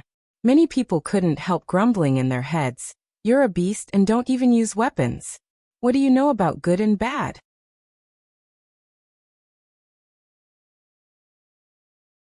Chapter 392. The Adorable Beasts Revealing Their Might 5. Editor. Atlas Studios. In fact, this was probably the root of the inferiority of humans. Many people felt that they were nobler than beasts and looked down on beasts. But what they didn't know was that in the face of absolute strength, life didn't have a hierarchy, no matter noble or low. Be it humans, beasts, or even all lives, all were equal. Let me see. Icy strode to Charm's side and took the saber from his paw. He looked at it several times and finally came to an important conclusion. This saber is too ordinary. Reforge it. With that, the little claw crushed the saber into a pile of crumbs. The claw that Icy deliberately revealed stunned everyone present again. After they reacted, the audience exploded once more. Damn. This puppy is too awesome. It actually shattered the sacred artifact. Is this a dog? What breed is it? I want one too. My idol. Everyone went crazy for the strong and awesome puppy. On the main stage. What do you think? Lan Lai looked at Lung Wudi and couldn't help asking. What happened on the arena just now really exceeded what he knew. I don't know, Lung Wudi said lightly. His bright eyes stared at the arena where Lung Ruoxia was. Although the battles on the other arena hadn't ended yet, it was obvious that everyone's attention had been snatched away by the arena where Lung Ruoxia was. Hey, don't you feel bad? Lan Lai teased Sun Ting again after seeing how boring Lung Wudi's reaction was. None of my business. My heart aches for the claws of those little beasts, Sun Ting said coolly and then ignored Lan Lai.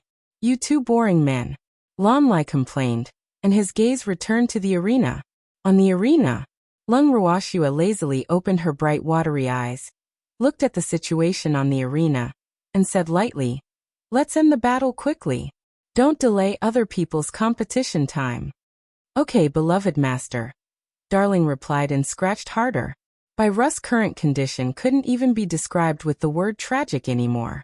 Her face and body were covered in scratches, and the tattered clothes covering her body were on the verge of crumbling. The erotic scenery within was even more visible. No, we haven't beaten her down yet. Lung Ruoxia suddenly remembered something. She had to follow the rules on the arena. She wouldn't be judged as the winner until she beat her opponent down. Master, this woman would rather die than lie down, Dazzle said aggrievedly. It wasn't that they didn't work hard, but this woman was really too persistent. I see. Go and help too. Lung Ruoxia frowned in thought and summoned 2 silver wolves. Yes, master. The 2 silver wolves were excited.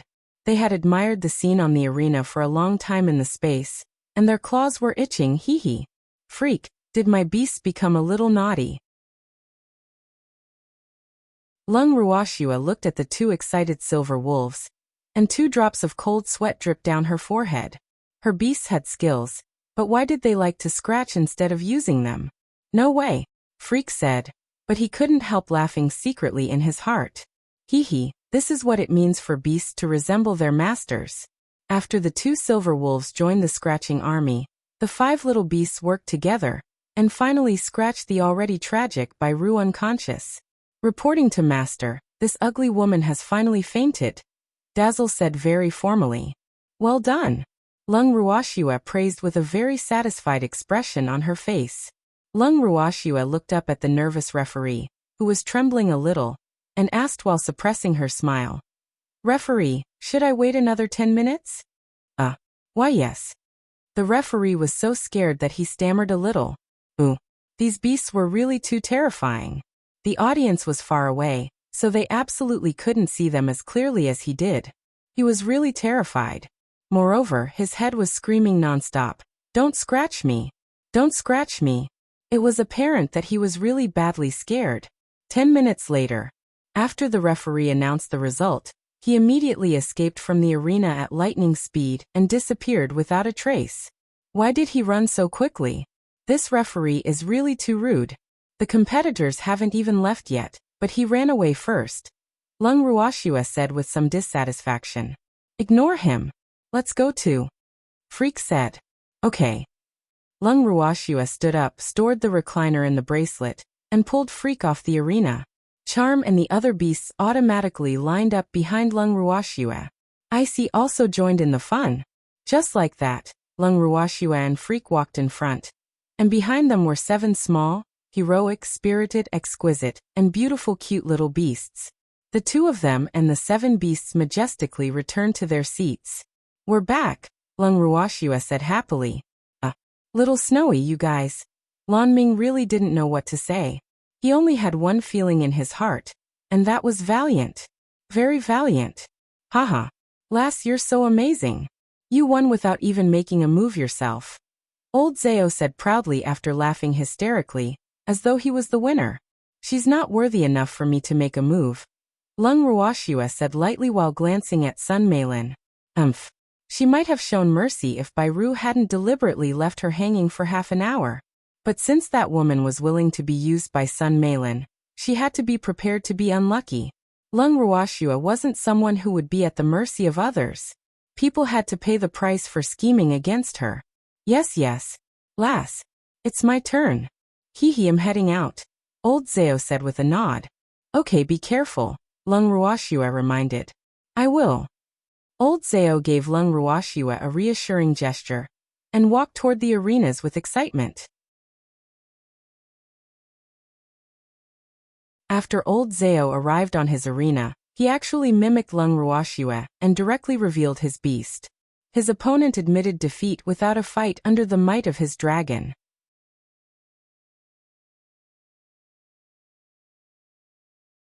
Chapter 393. The adorable beasts revealing their might 6. Haha, I won in no time. Old Zao said with a smug smile after returning to his seat. Fast, Lan Ming said helplessly as 2 drops of cold sweat dripped down his forehead. He could now tell that these people were each lazier than the other. They actually did it as simply as they wanted.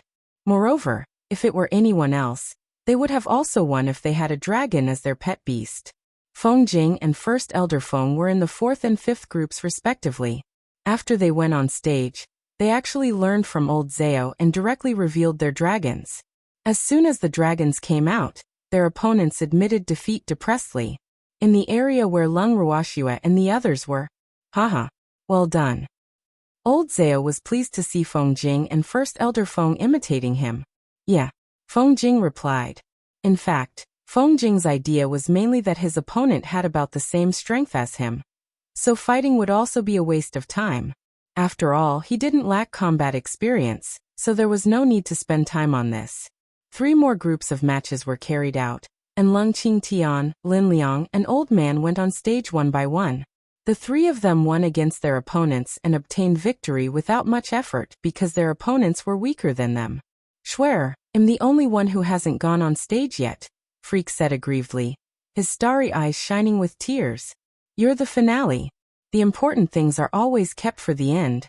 Lung Ruoxua quickly comforted. Freak was in the 10th group, and his opponent was Sunzhou City's Enai Tao. Although that fellow was very strong, he was definitely no match for Freak. Prior to this, there were also 2 mystics from Sunzhou City who had fought against her grandfather and Old Man. However, these 2 people might be very strong to other mystics, but they were helpless in front of her grandfather and Old Man. The 3 of them were the strongest among the 5 mystics from Sunzhou City, who advanced to the top 100. From this, it was evident the mystics sent by Sunzhou City's Mystic Association were really not of much quality. In fact, Lung Ruoxua had wronged Sunzhou City's Mystic Association. It wasn't that the mystics of the branch weren't strong, but that they were unlucky to meet Lung Ruoxua and the others, who were even stronger. After all, these mystics were definitely among the top 100 with their strength. Unfortunately, they just happened to meet these monsters such as Lung Ruoxua. This was probably Zhou Kun's miscalculation. He had never seen Lung Ruoxua's and the others' strength clearly. Half an hour later, it was finally Freak's turn. Swear, let's go back after I finish. Freak stood up and said to Lung Ruoxua with a smile. His voice happened to be neither loud nor soft, but it reached Anitao's ears nearby. Anitao glared at Freak and said furiously, "Beat me first if you want to go back. Don't be anxious. It will go as you wish." Freak smiled gently, infuriating him to death. "You. Come on." Anitao glared fiercely at Freak and strode onto the arena. "Swear, he's in a hurry to lose. I'm going." Freak kissed Lung Ruoxua gently on the lips and stepped onto the arena with a happy expression. On the arena, Freak used the same trick again. First, he tied Anitao into a dumpling with mystic power as thin as threads, and then gave him a fierce beating. You're too despicable. You're doing this again. Come at me with real swords and spears if you dare," stammered Anitao, whose face had been beaten into a pig's head. He was really depressed. He had obviously been guarding against this man using this move for a long time, but he still couldn't defend himself. Boo-hoo, what was this? This man used this move every match, but it was still impossible to guard against. How was this possible? Even racking his brains, he couldn't understand. "I don't need a sword or a spear. My fist is enough." Freak deliberately misinterpreted Anitao's words and punched him in the mouth to prevent him from talking nonsense. "Aha!" Anitao couldn't help crying out in pain after Freak threw this punch. Who knew that the moment he opened his mouth, his teeth would start chattering and then collectively leave him, their master, as they escaped desperately. Freak added some color to Anitao's face, and then attacked other places. Freak on the arena waved his fists to his heart's content, and the audience in the audience seats turned their heads one after another, unable to bear looking at the man who was beaten to such a miserable state. At this moment, the only thought in their heads was that the violent man's violent tendencies seemed to have escalated again. On the main stage, Lon Lai looked at the violent scene on the arena with his mouth agape, and was speechless for a long time.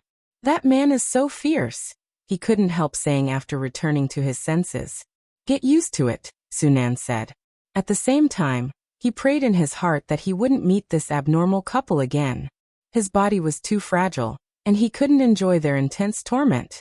"I wonder which is harder, his fist or a sacred artifact?" Lung Wudi asked after a long silence. "Sacred artifact? Are you joking?"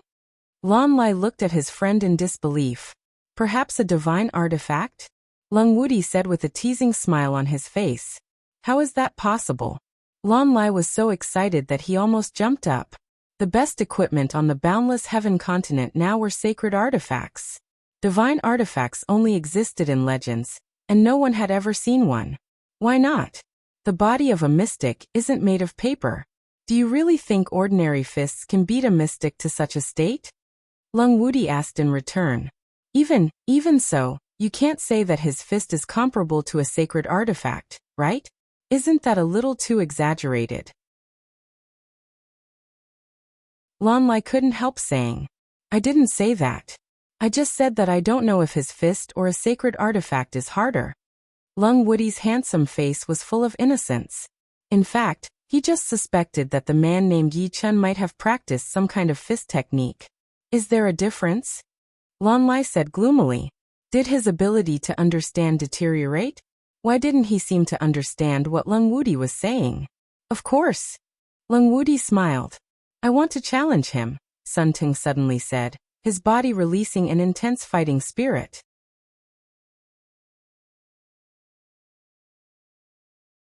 Chapter 394. The Adorable Beasts Revealing Their Might 7. Did I hear it right? You're already a mystic monarch, yet you actually want to challenge an elementary mystic. Won't people laugh to death if news of this gets out? Lon Lai said with great disapproval. "I can control my strength to be the same level as him," Sun Ting said. "He still needs to participate in the competition. It's not appropriate for you to challenge him now," Lung Wudi reminded. Alas, although Sun Ting was from the Sun family, he was obsessed with martial arts. He wanted to challenge anyone with potential as long as he saw them. Unexpectedly, he was now actually targeting an elementary mystic. "I can challenge him after his matches are over," Sun Ting said resolutely. It had been a long time since someone had aroused his intense fighting spirit, so he would definitely not let Yichen go. Then do you want to challenge Lung Ruoxue? Lung Wudi suggested.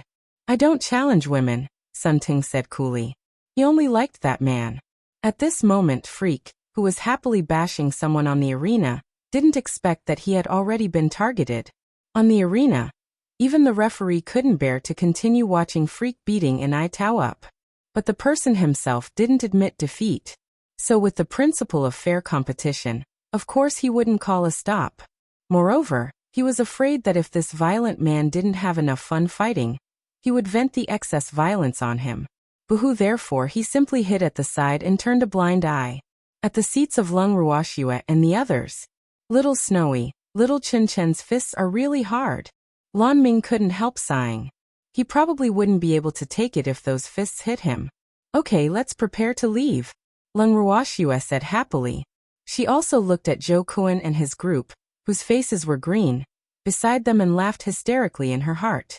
Haha, Zhou Kun's heart must be aching to death. Enai Tao is his most powerful trump card. I'm afraid he won't even be able to participate in the additional round later. Enai Tao would have to officially withdraw from the competition, unless there was a heaven-grade pill to treat his injuries. Zhou Kuan and his group obviously saw it too. Unfortunately, they were helpless unless Enai Tao admitted defeat himself. Cousin, quickly get Enai Tao to admit defeat, Sun Meilin said anxiously. If Enai Tao was eliminated, the people of Sunzhou City's Mystic Association could go home. Do you think I don't want to? He wants to hold on himself. What can I do? Zhou Kuan roared furiously. In fact, he really wronged Enai Tao. It was really not that Enai Tao didn't want to admit defeat, but he had been beaten silly and forgot that he could admit defeat. On the arena, Freak received his dearest wife's gaze and increased the strength of his fists. After dozens of beatings, Enai Tao finally fainted. Seeing that Enai Tao had fainted, Zhou Kuan and his group finally heaved a sigh of relief. Phew. Fortunately, he was still breathing. On the arena, referee, he fainted. Freak reminded, his face full of innocence. Yes. The referee nodded, thinking to himself that he did see it, and that he wasn't blind. Boo-hoo, it was really too terrifying. A mighty mystic was actually beaten into a bloody mess by this violent man. I still have to wait 10 minutes, right? Freak found a clean place and sat down directly on the arena. Yes, 10 minutes will pass in no time. The referee's eyes were a little evasive, and he didn't dare to look at Freak at all. 10 minutes later, the referee officially announced Freak's victory. After announcing the result, Freak impatiently returned to Lung Ruoxue's side. Swear I won, Freak said happily, his bright black eyes blinking non-stop. Yes, you must be tired. Do your hands hurt? Lung Ruoxue asked with concern, her face full of heartache. A little. Swear, that guy's body is so hard. Freak complained. Lung Ruoxue and Freak's words made the people from Sunzhou City beside them so angry that they almost vomited blood. They cursed in their heads at the same time. Fuck, is this how you bully people? You even asked if his hands hurt? And you still think that his body is hard? Could your hands hurt as much as Enai Tao? Could his body be harder than your fists? But they only dared to think these words and didn't dare to say them at all because Freak's violent image really penetrated too deeply into their hearts. They were too afraid. Little Lan Lan, can we go back? Lung Ruoxue turned her head to Lan Ming. Okay, let's go, Lan Ming said with a face full of black lines.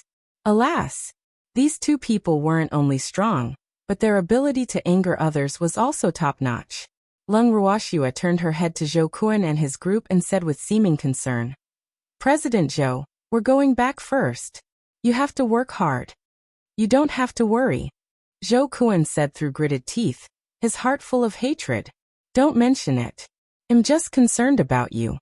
Lung Ruoxue ignored the anger of Zhou Kuan and the others. Then Lung Ruoxue and the others left the competition venue in high spirits. The 7 beasts naturally followed behind everyone in a very orderly manner. They strode forward with smug expressions on their faces. After returning to their residence, Lung Ruoxue and the others immediately returned to their rooms to rest. When they emerged from their rooms again, it was dinner time. Lung Ruoxue and Freak came to the courtyard from their room, and saw her grandfather and the others. Not only that, but there were 3 unfamiliar faces and Su Nan. The 2 of them looked at each other. They were puzzled, but neither of them said anything. "Grandpa," Lung Ruoxue called out softly. "Swear you're up," Lung Qingtian said and signaled his granddaughter with his eyes. "Yes, Grandpa." "Who are they?" Lung Ruoxue asked straightforwardly. "Little Snowy, let me introduce you. They are Lan Lai, Lung Wudi, and Sun Tung. You know Su Nan." Lan Ming braced himself and introduced them one by one. Boo-hoo.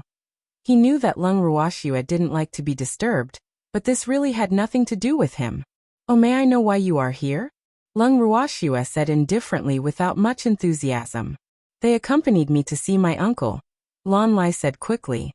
He had already heard about their tempers from his uncle, so he knew from Lung Ruoxue's attitude that they weren't welcomed. Boo-hoo. He was a handsome youth who was loved by everyone. How did he become an annoying fly in Lung Ruoxue's eyes?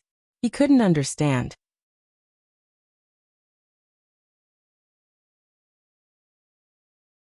Chapter 395. The Might of a Sneeze 1. "Oh, in that case, we won't disturb your uncle and nephew reunion.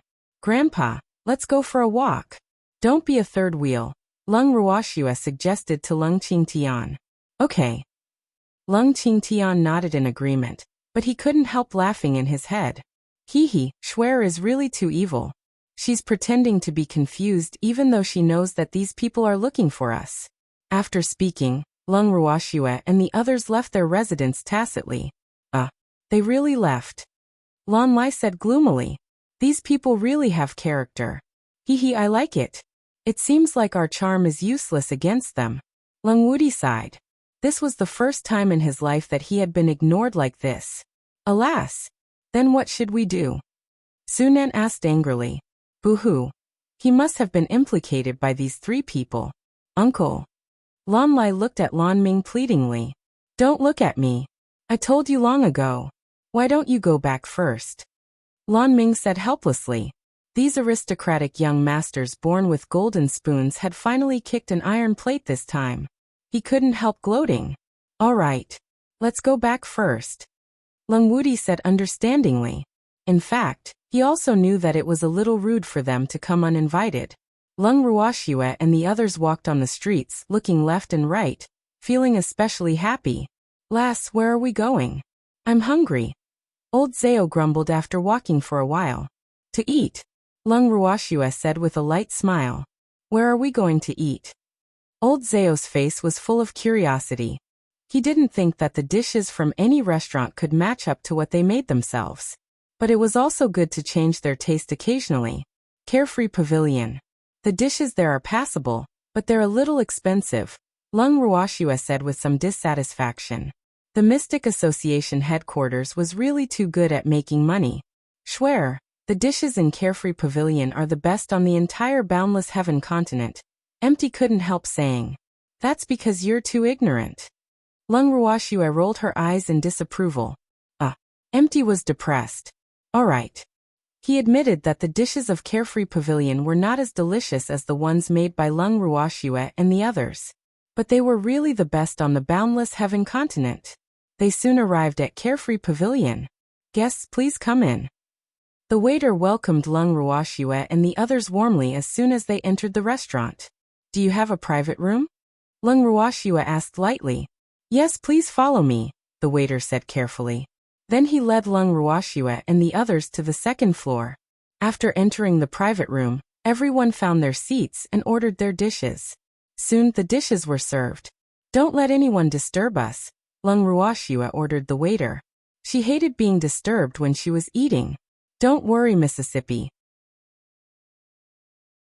I understand," the waiter said very respectfully and left the room. After the waiter left, Empty appeared. "Swear, you've been in the limelight in the competition recently. You're now famous in Carefree City," Empty teased while eating. "I like to keep a low profile. Being in the limelight isn't my style," Lung Ruoxue said gloomily. "I really didn't mean to be in the limelight." "Ooh, lass.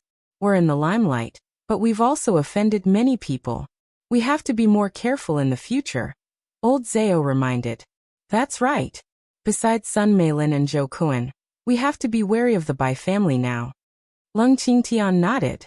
Schwerer had tortured the Bai families by Ru very badly on the arena, so the Bai family probably wouldn't let her go. You don't have to be afraid of the Bai family. It's just a family under the Sun family, not worth mentioning. Empty said nonchalantly. In fact, among the many families on the Boundless Heaven continent, the Lung family and the Lan family were the strongest at present. As for the Sun family, it was already slowly showing signs of decline. Little girl, Lung Wudi is the future patriarch of the Lung family. He's already here. What do you intend to do? Old man asked worriedly.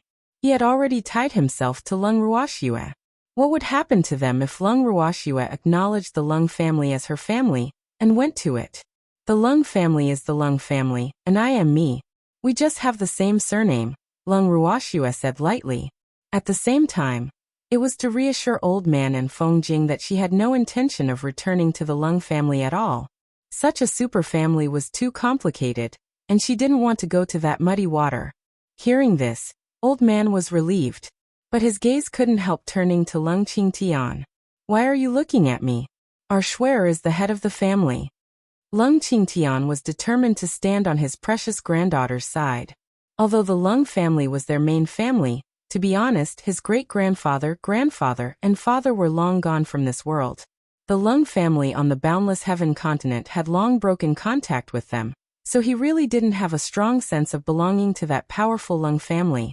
Moreover, he didn't think that they needed to rely on a certain family to be able to establish themselves on the Boundless Heaven continent. Furthermore, if they really found the Lung family, they would probably be regarded as people who played up to people of power and influence. The three of them were very proud people, so of course they wouldn't do something like that. Old man, don't worry. I won't leave you behind. Lung Ruoxue said clearly. She was really helpless against Old Man's imagination, but she could understand. Little girl, I'm not worried. Want to leave us behind? Dream on. Old Man roared, his face slightly red. He was a little embarrassed that his thoughts had been seen through. Aha! You old thing. You only know how to let your imagination run wild all day. Learn from me and don't think about anything. Wherever the girl goes, I'll go with her. How good is that? Old Zhao laughed boisterously. You don't have to let your imagination run wild. I'll tell you clearly now that I have nothing to do with the Lung family of the Boundless Heaven continent. My only relatives are Grandpa, Big Brother, and everyone here. Lung Ruoxue said very seriously and with certainty.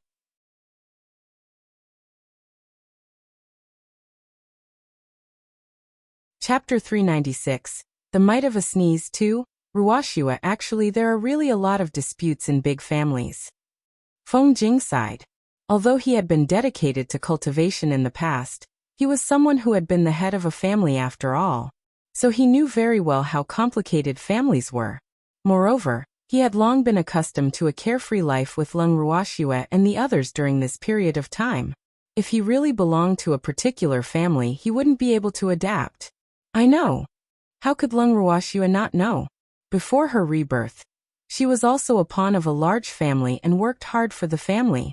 This simple and carefree life was what she yearned for after her rebirth. So she was determined not to return to a complicated family. She had no sense of belonging no matter how strong that family was. To her, the Lung family of the Boundless Heaven continent could at most be considered distant relatives with a little blood relationship with her. And she was at most a proud and poor relative. So she really didn't want to hug other people's thighs to prevent others from giving alms to them like they were beggars. Everyone chatted as they ate.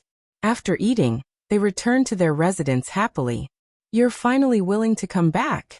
Lan Ming complained as he looked at everyone resentfully in the courtyard. Where did this resentful man come from? Last, did we go to the wrong place? Old Zhao asked exaggeratedly. We didn't go to the wrong place.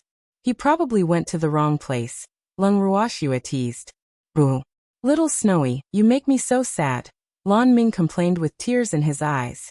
Freak, I'm tired. Let's go back to our room. Lung Ruoxue said to Freak, ignoring Lan Ming's self-directed act. Okay. Freak nodded and returned to the room with Lung Ruoxue. After Lung Ruoxue and Freak returned to their room, Lung Qingtian and the others also returned to their rooms. In the blink of an eye, only Lan Ming was left in the yard. Boo! Why are these people so unsympathetic? Lan Ming murmured to himself while looking up at the sky. He was so depressed. Boo! They were too evil. His mood was as gloomy as this moonless night. You bad people. The next day, when Lung Ruoxue and the others came out from their rooms, they saw Lan Ming standing in a daze in the courtyard like a statue. Huh? Did you become a stone statue? Old Zhao nudged Lan Ming's body with his hand, his face full of excitement. Clearly he had no sympathy. Did he stand outside all night? Feng Jing asked curiously. Probably not. First Elder Feng guessed. Just as everyone was discussing Lan Ming, a bird flew out of nowhere, and then they heard a plop. The bird actually let out a pile of feces. Moreover, it happened to land on Lan Ming's head. Aha! Even a bird is bullying me. The tragic Lan Ming screamed at the sky, his heart bleeding. Everyone was stunned, and then they burst into laughter. Haha! This is too funny. Old Zhao laughed the most exaggeratedly, almost rolling on the ground. Thump! Lan Ming fell to the ground stiffly. Haha!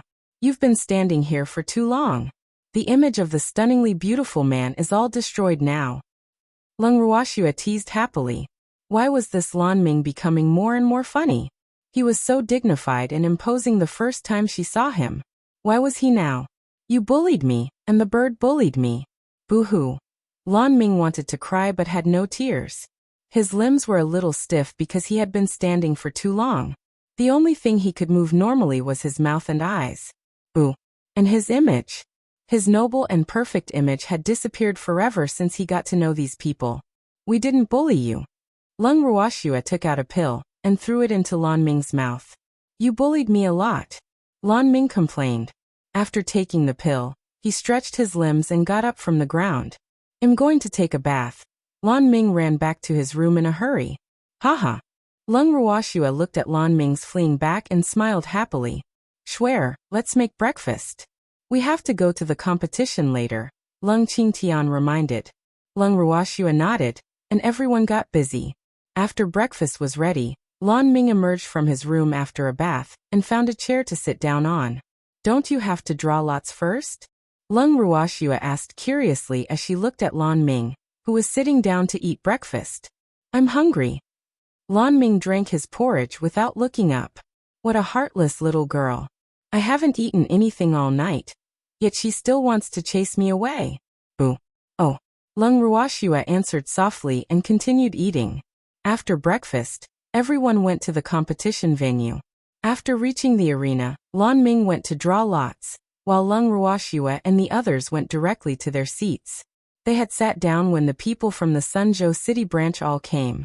You're really early today, Sun Meilin said, her beautiful eyes flashing with anger. We didn't come early. You came late. Did the additional round yesterday go smoothly? Lung Ruoxue said with great concern. You don't have to worry about that. Sun Meilin roared furiously. As soon as she thought about yesterday, she wanted to kill people. She didn't know what methods that ugly man used, but even a heaven-grade pill couldn't treat Anitao's injuries, causing him to have no choice but to withdraw from the competition early. It was really infuriating. It seems like yesterday's matches didn't go smoothly. Why else would Miss Sun be so angry? Ah. By the way, I have to remind you to take note of your image. The young master of the Lung family is watching from the main stage. Lung Ruoxue said with a smile, her words full of concern. People who didn't know would definitely think that they were good friends. Moreover, she still didn't know that Anitao's injuries hadn't improved after taking a heaven-grade pill. You just take care of yourself. Sun Meilin almost wanted to shout again, but she suddenly remembered Lung Ruoxue's words and forcefully endured it. Although this ugly monster was very annoying, her words were very reasonable, so she endured it for the sake of the Lung family's young madam position. Anyway, in her eyes, Lung Ruoxue was no different from a dead person.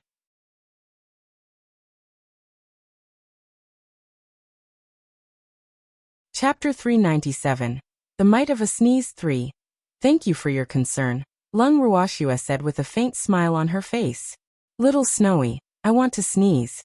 Icy, who was lying on Lung Ruoxia's shoulder, yawned again. As soon as Icy spoke, the people from Sunzhou City collectively dodged far away, while looking at the palm-sized puppy with vigilance. Not only could this puppy crush sacred artifacts with his claws, but his sneeze was also deeply rooted in their hearts, so it was best to stay away from him. This was their common thought at this moment. Do you have a cold? Little Icy, sneeze if you want. But you can't sneeze at your own people. Lung Ruoxua coaxed like she was coaxing a child while glancing at the people from Sunzhou City. This was too despicable. Wasn't it obvious that she was telling the puppy to sneeze at them? Sunzhou City's mystic was so anxious that they were about to cry. Ooh, you can't do this. Okay, I'll listen to Little Snowy. Icy nodded obediently, his beautiful ice blue eyes revealing a teasing expression. He liked Little Snowy so much. Icy turned his head to where the people from Sunzhou City were sitting, opened his mouth, and looked at them mockingly. The mystics of Sunzhou City glared at Icy cautiously, as if they were facing a formidable enemy. Sun Meilin was so scared that her legs went weak, and she couldn't run away even if she wanted to. The blow that happened last time was really too great. Fortunately, President Wu had suppressed it, and no one dared to say anything else. So Lung Wudi and the others didn't know about her embarrassing incident that time. But if the same thing happened again, and Lung Wudi happened to witness it with his own eyes, then she wouldn't be able to marry into the Lung family as his wife anymore. Therefore, she would never allow the same thing to happen again. Unfortunately, would things go as she wished? Icy had been in a deep sleep for thousands of years, and he had a personality that desired to see the world in chaos. Moreover, he didn't like her, so all these factors added up destined her tragedy. You don't do anything rash, or the Sun family won't let you go, Sun Meilin stammered and forced herself to threaten. Little Snowy in being threatened again. Icy said aggrievedly, his blue eyes welling up with tears. What is the Sun family? How dare she use the Sun family to threaten me? Icy was angry, and the consequences were serious. That's too much. How can you threaten our cute Icy? Lung Ruoxua said indignantly. That's right. Little Icy, someone else is at fault. Old Zao added oil to the fire, laughing in his heart. Little Icy is also so devious. That's right. I have a cold, and sneezing is instinct. I can't control it. How can you threaten me because of this? Little Icy is too aggrieved. And then Icy actually sneezed 3 times in a row to prove his helplessness. As a result, none of Sunzhou City's people were spared. They all flew over the railing and made the most intimate contact with the inner area. Everyone present was originally waiting for the competition to begin, but they were surprised to see more than a dozen people fall into the inner area. But the audience who understood the situation quickly reacted and laughed loudly with joy. The part of the audience who didn't know the inside story couldn't help laughing after asking around. On the main stage, Lon Lai laughed until tears welled up in his eyes. He said with a smile, "Isn't the position of Sunzhou City's people good? Why did they all run into the inner arena to watch the battles? The competition hasn't even begun, so why are they so anxious?" Su Nan wiped the cold sweat off his forehead and thought, Sunzhou City's people probably provoked that perverted puppy of Lung Ruoxua again. Alas! Why didn't I have such an awesome beast? Sun Ting rolled his eyes at Lon Lai and said expressionlessly, "What's with your eyes? They're about to fall out." "Haha, your younger sister is totally exposed." Lon Lai reminded happily. "She's not my younger sister," Sun Ting reminded. Although they had the same father, his mother only gave birth to him, so he wouldn't recognize her as his sister. "Wudi, your fiancé is exposed." Lon Lai turned his head and teased Lung Wudi. "Are you bored?" Lung Wudi said coldly.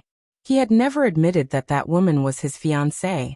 Lon Lai nodded and said very seriously, "How do you know?" "I'm quite bored." "Okay. I'll send a message to Uncle Lon later saying that you're bored," Lung Wudi said. No. I was wrong," Lon Lai pleaded quickly. Where Lung Ruoxua and the others were. After seeing the condition of Sun Meilin and her group, they smiled happily. Little Icy, you're really sick. Old Zao said worriedly after laughing enough, feeling very happy. Yes, I didn't do it on purpose. They were too light. Icy nodded seriously with some guilt on his face. Lan Ming, who had just returned from drawing lots, happened to hear Icy's words. Cold sweat flowed down his forehead. Too light.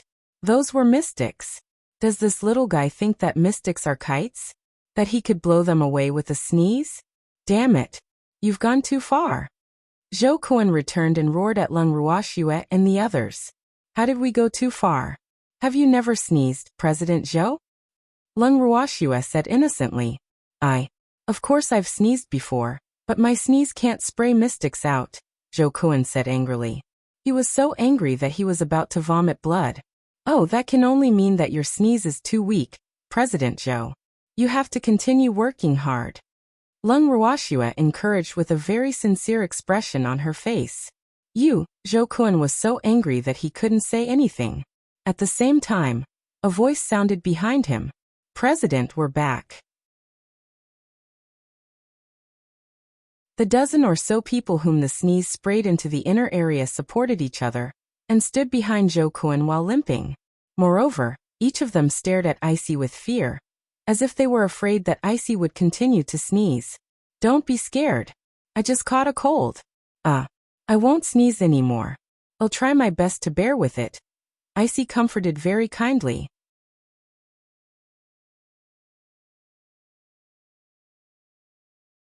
Chapter 398. The Might of a Sneeze 4. You don't have to bear with it. Just don't sneeze at us again. One of them said hurriedly. I'll try my best. Icy said shyly with an embarrassed expression on his face. Leng Ruoxue saw that the host was already on stage and about to speak, so she suppressed her smile and said to Zhou Kuan and the others, the competition is about to begin. Don't block my view. Yes. All the mystics from Sunzhou City limped to their seats with trembling bodies. They had fallen quite heavily just now. They had finally returned to their seats, but they still had to suffer such mental torture. Where's Meilin? Zhou Kuan asked when he didn't see Sun Meilin. Miss Sun was taken away by her bodyguards, a mystic explained. The little princess of the Sun family had been humiliated again, and in front of the young master of the Lung family. Of course, it was impossible for her to return. Moreover, Sun Meilin probably wouldn't participate in the remaining rounds. Stay here obediently. I'll go see her. Zhou Kuan turned and left. Not long after he left, the host's voice sounded on the stage, and the matches began. Today's matches were divided into 9 groups, and Leng Ruoxue and the others were almost all gathered in the first 5 groups. In other words, 1 or 2 people would be participating in the matches of the first 5 groups. But what was unbelievable was that when it was their turn to go on stage, their opponents actually didn't even want to fight with them and directly admitted defeat. The following few days were the same. When they went on stage, their opponents would directly admit defeat no matter how strong their opponents were. At the residence of Leng Ruoxue and the others, everyone was gathered in the living room, discussing the situation over the past few days. Little Lan, what's going on? Could this be Zhou Kuan and the others' strategy again? Old Zao asked in bewilderment. For some reason, advancing too easily made him feel a little uneasy. I don't know either. This has never happened before, Lan Ming said gloomily. In the past few days, many presidents of Mystic Association branches had congratulated him because Leng Ruoxue and the others had already entered the top 20. Mystics who could enter the top 20 had the chance to be accepted as disciples by the elders of the headquarters. This was a great thing for mystics. But he knew that Leng Ruoxue and the others didn't care about this at all. I still say the same thing. Well, deal with whatever comes. You're thinking too much, Leng Ruoxue said calmly as she leaned in Freak's arms. Schwer is right. It's useless to think about this now. I think those people think they're not our match, so they want to preserve their strength to prepare for the additional round with all their might. Leng Qingtian guessed. Little Lan, tell me more about how the final 20 will compete. Leng Ruoxue said. After advancing to the top 20, there would also be a 3-day break. Moreover, The rules of the competition would be different from the previous rounds. The 20 of you will be divided into 5 groups. Each group will have 4 people to carry out a round-robin match every day. After the round-robin is over, the 2 with the highest points will enter the finals, Lan Ming explained. Why is it so troublesome? Lung Ruoxue said speechlessly. It was another round-robin. Fortunately, it was only groups of 4.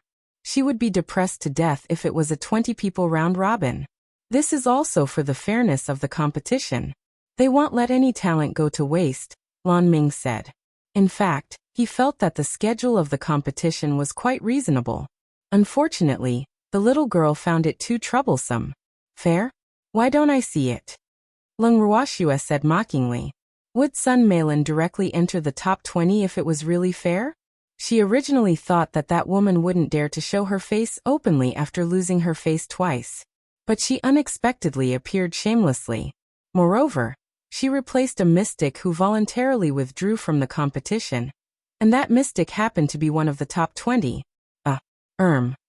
Lan Ming really didn't know what to say. He seemed to be often at a loss for words after getting to know Lung Ruoxue and the others. Little Lan, I can't tolerate sand in my eyes, so don't put in good words for the headquarters, Lung Ruoxue said. She had a bad impression of the headquarters to begin with, and now her impression of the headquarters could be said to be even worse because of Sun Meilin. Anyway, she was only willing to participate in the competition for the rewards, so she really didn't take those rotten things from the Mystic Association headquarters to heart. Alas! Lan Ming sighed heavily. Schwer, guess which one of us Sun Meilin will be grouped with.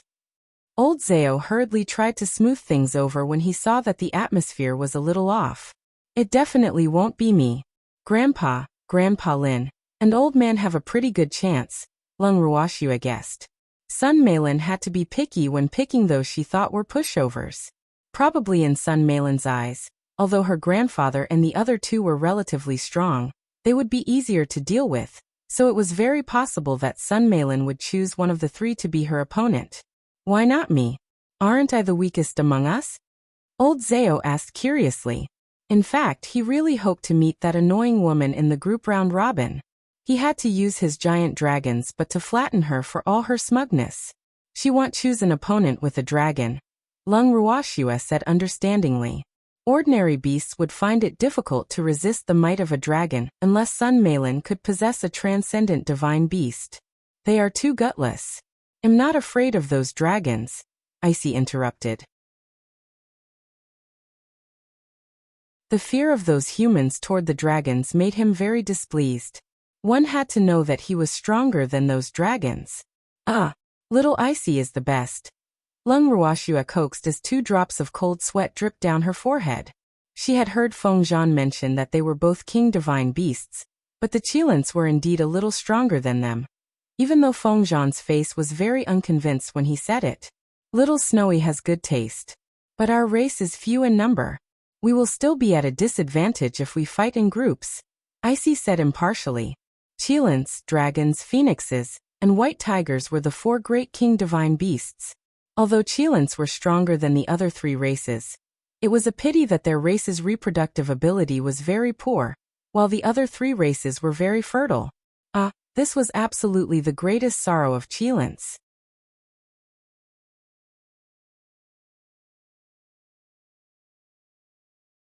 Chapter 399.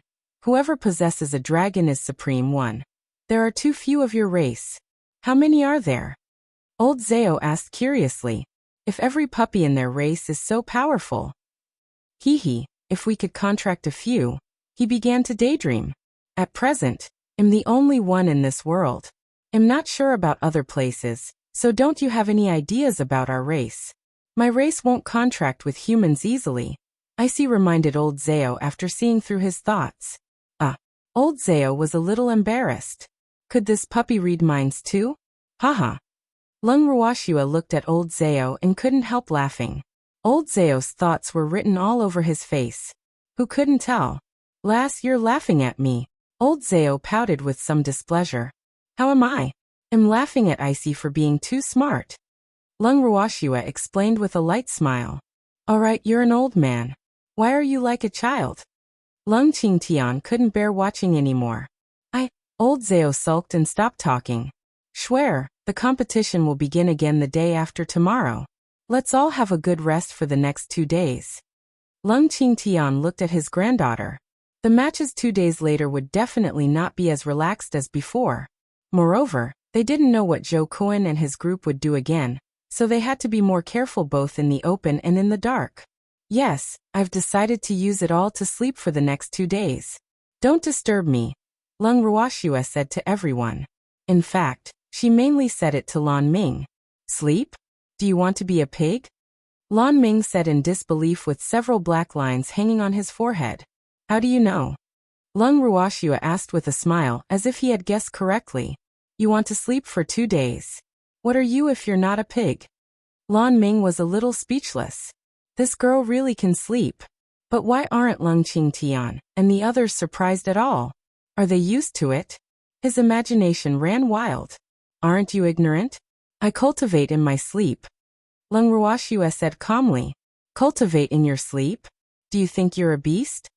Lan Ming couldn't help asking. He really didn't know what to say about Lung Ruoxue's line of thought. Why was this girl different from others? Beasts can, so naturally I can too. Lung Ruoxue smiled mischievously. That's right. You can do a lot of things while sleeping, Icy said. His greatest hobby was sleeping. I can't win against you all. I admit defeat, Lan Ming said weakly. Alas. Recently, he seemed to be bullied by this puppy all the time, but he didn't dare to resist at all. He really couldn't afford to offend this perverted puppy. Haha. Take your time chatting. I'm going to bed. Lung Ruoxue dragged Freak back to their room. After returning to their room, Lung Ruoxue brought Freak and Icy into the bracelet with a thought. Master. Icy pounced toward Empty as soon as he entered the bracelet. Aha, Icy, you're here. Empty had been staying in the space for the past few days and cultivating every day, so his injuries were much better, and his body had become more condensed. At least Icy wouldn't pass through his body anymore. Although it was still difficult to carry Icy, he was already very happy. Schwer is really my benefactor. Master. Icy rubbed against Empty's body happily. He was even happier that his master's injuries had improved. Empty, what are you doing? Lung Ruoxue asked in puzzlement. She thought Empty was cultivating, but what was going on? Why were all her beasts looking at her with hidden bitterness, their eyes even faintly moist? I'm conducting special training for your beasts. They are too weak. Empty said matter-of-factly, not feeling like he was overstepping his bounds at all. Master. Charm and the other beasts rushed into Lung Ruoxue's arms after hearing what Empty said. They acted coquettishly and complained to her. The scene was very spectacular. Don't spoil them anymore, Empty reminded. Empty, why don't you cultivate properly? Lung Ruoxue said implicitly as 2 drops of cold sweat dripped down her forehead. She originally didn't want Empty to know about this space, but after discussing it with Freak, she decided to tell him. After all, if Empty continued to follow her while they kept this secret from him, it would be very inconvenient for them to enter the space. So she only had 2 choices. She could either tell him or forbid him from following. It was obviously impossible to forbid him from following, so she had to tell him. It's tiring to cultivate all the time. Of course, you have to relax appropriately during cultivation. Empty said with a smile. Is your method of relaxation to give special training to my beasts? Lung Ruoxue said speechlessly. Thousands of silver wolves, phoenixes, some dragons, Fengzhan charm, and other beasts that had yet to be contracted all joined the special training team. But she, the master, didn't know at all. Master, actually we did it willingly, Charm, who knew his master's thoughts very well, said honestly. They wanted to give their master a surprise. But this man's training method was really too terrifying. And they couldn't take it anymore, so they pretended to be pitiful and complained to her. Schwer, don't worry and leave them to me. They are too weak. I guarantee that I will raise their strength to a higher level in the shortest time possible. Empty said confidently. Alas! How many years had it been since he had such passion? Haha, he finally found some of the feelings from back then. Empty, it depends on their will. Lung Ruoxue didn't want to force her beasts. Do you still want to protect your master? Empty questioned loudly. He knew that this was the weakness of these little beasts. Yes, the beasts said in unison. I want to protect mommy too. A childish voice rang out. Yes, this kitten of yours is not bad. Empty looked at the fiery red kitten with rich spiritual energy and praised him.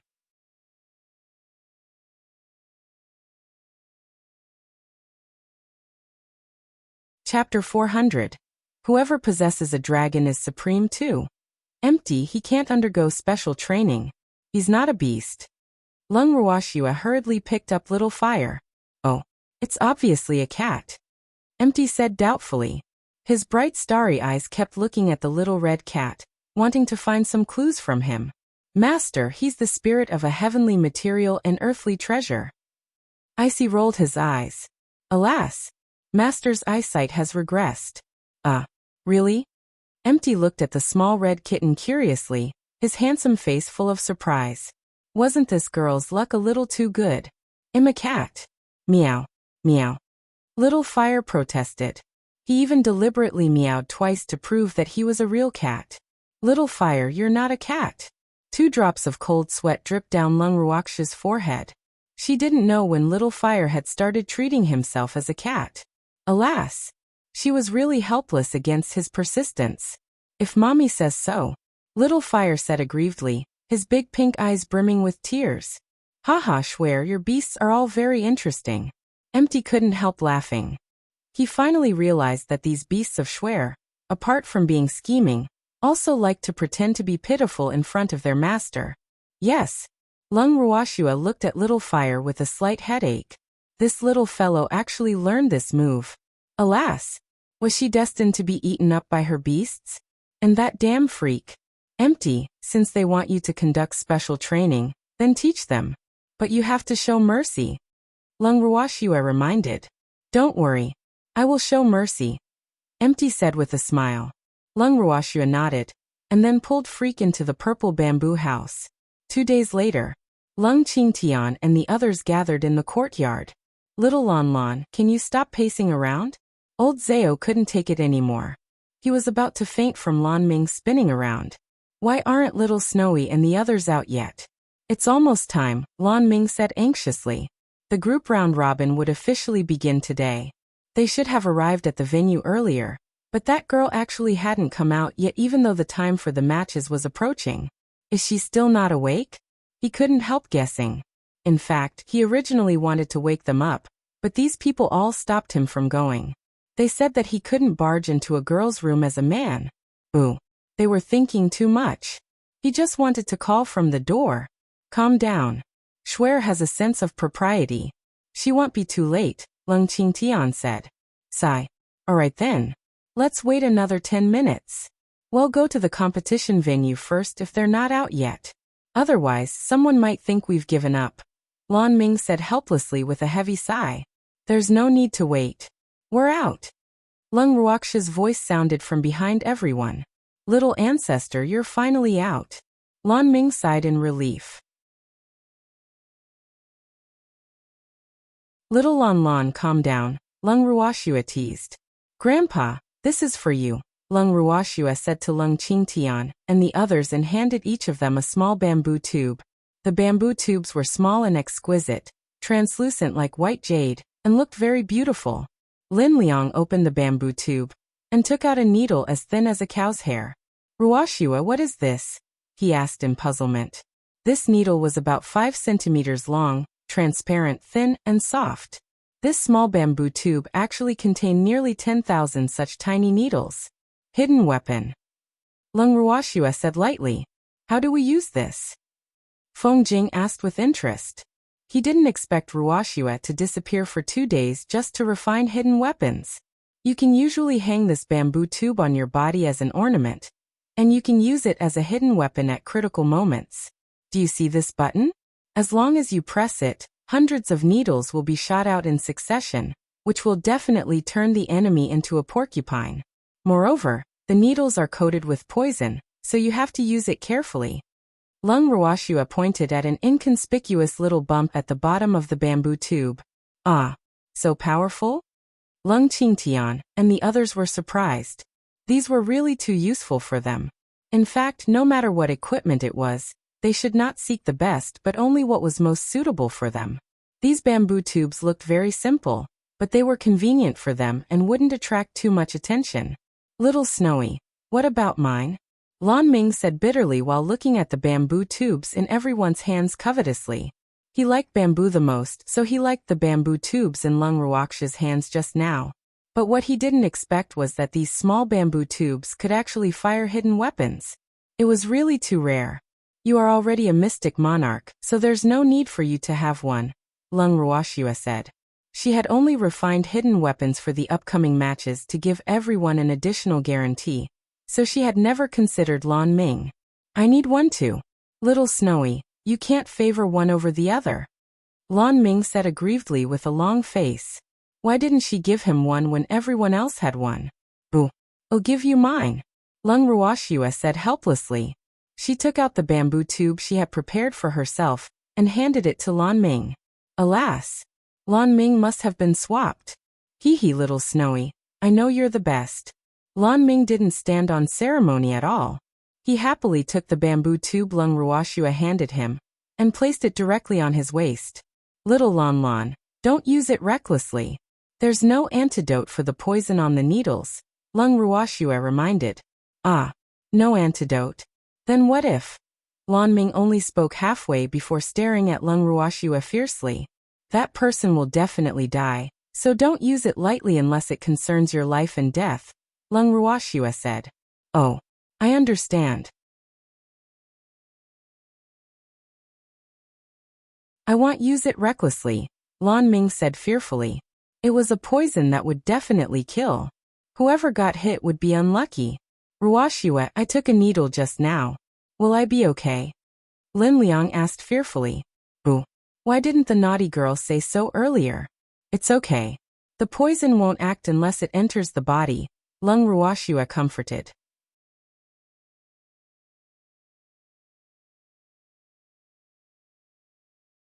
Chapter 401.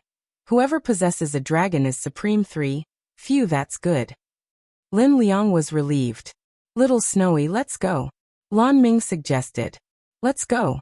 Lung Ruoxia nodded slightly. Everyone left their residence and headed straight for the competition venue. After entering the competition venue, Lan Ming went to draw lots as usual, and Lung Ruoxia and the others naturally went to their seats to wait for him. Wow, there are even more people today, Old Zao said excitedly after sitting down. The competition hadn't yet officially begun, but the audience seats were already full. Moreover, some of the spectators were not even sitting but actually standing, and the atmosphere in the venue was abnormally fiery. Humph. What strange country bumpkins. Are these few people enough to scare you? There will be more people when the finals of the top 10 are held. An arrogant voice sounded in their ears. Everyone knew who the owner of the voice was without even looking up, so they naturally chose to ignore it. Old Zao lowered his head and whispered into Icy's little ear. Little Icy, sneeze a few more times. Icy only smiled mischievously and didn't say anything. Hey, I'm talking to you. Don't pretend to be deaf and mute. Sun Meilin roared angrily. Lung Ruoxia raised her head doubtfully and glanced at Sun Meilin, only to find that there were two tall and burly men beside her. The two burly men had stern faces and looked condescending. Their auras were sharp and oppressive, so it was obvious at a glance that they were not weak. No wonder Sun Meilin dares to provoke us again. She has backing now. They should be bodyguards. Little Icy, what is the level of those two? Lung Ruoxia asked softly curiously. Although she could tell that they weren't weak, she couldn't tell the exact level. After all, her current strength was too low. Just two mystic sovereigns, Icy said disdainfully. Two mere mystic sovereigns want to put on airs in front of me. How unforgivable. The Sun family is actually using mystic sovereigns as Sun Meilin's bodyguards. How promising. Lung Ruoxia said mockingly. The status of mystic sovereigns on the Boundless Heaven continent was extremely high, second only to mystic supremacies. So she didn't understand very well why mystic sovereign powerhouses actually lowered themselves to be bodyguards for the daughter of an aristocratic family. It was really getting worse and worse. Hee hee, if little Snowy doesn't like them, I'll make them disappear, Icy said with a naughty smile. After speaking, he actually sneezed more than 10 times in a row and blew the unprepared Sun Meilin, the two mystic sovereigns, and the people of Sunzhou City into the inner area again. Their situation this time was obviously more miserable than the last time. Not only were they stacked on all fours, but even their clothes broke into pieces. The competition venue immediately fell silent.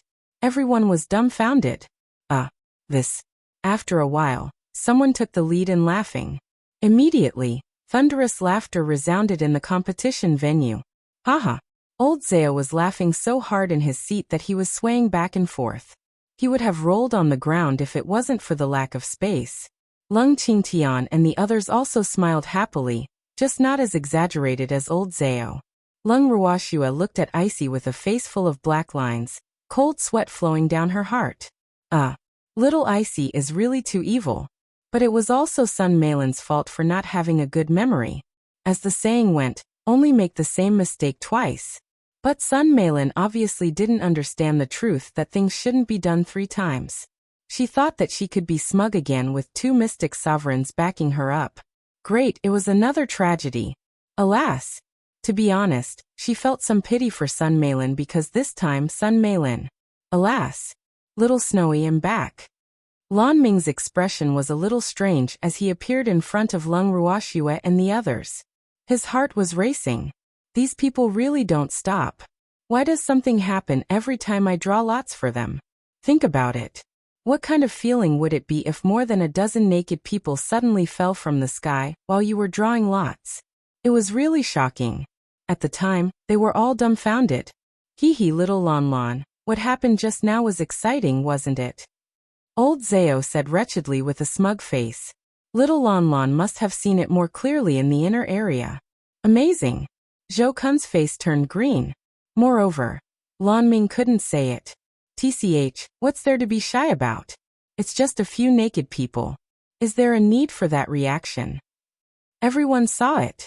But I understand. I understand. Old Zao said understandingly. Lan Ming was speechless. Old Zao was also very powerful. Little Icy, you're really too amazing. Even mystic sovereigns can't resist your sneeze. 2 drops of cold sweat dripped down Lan Ming's forehead. He really didn't know what breed this puppy was. This puppy was actually so powerful. In the future, he wouldn't dare to look down on this puppy even more. This puppy was really too terrifying. Among the people present, there were many who had the same thoughts as Lan Ming. Some people had even secretly decided that they had to take a detour when they saw this puppy in the future to avoid conflict with him. On the main stage, Lan Lai was stunned. He couldn't laugh this time. It was not that he didn't want to laugh, but he was thinking about Lung Ruoxia's puppy. Oh, this puppy is really too amazing. Boo-hoo. He also wanted a beast that was so awesome that it could blow away mystic sovereigns with just a few sneezes. If he had such a beast, his old man could forget about bullying him in the future. Hee hee, thinking of this, he couldn't help fantasizing. How rare that you didn't laugh at something so funny. Lung Wudi said lightly, his handsome face full of teasing. I'm thinking about something. Lan Lai said very seriously. Don't tell me you want to get such a powerful puppy too? Lung Wudi said in realization. How do you know? Lan Lai asked in disbelief. Because your desire is written all over your face, and you're drooling a lot, Sun Ting interrupted. When did I drool? Lan Ming actually really wiped the corner of his mouth. But he realized that he had been fooled and couldn't help roaring. You're tuning in to the Li Mei's Wuxia Whispers YouTube channel. We're so grateful for your support, and don't forget to subscribe to join us on this incredible journey through captivating stories. Your generosity through donations truly makes a world of difference, as it's the primary source of revenue that allows me to expand and enhance this channel for you. Thank you from the bottom of my heart for being a part of this adventure.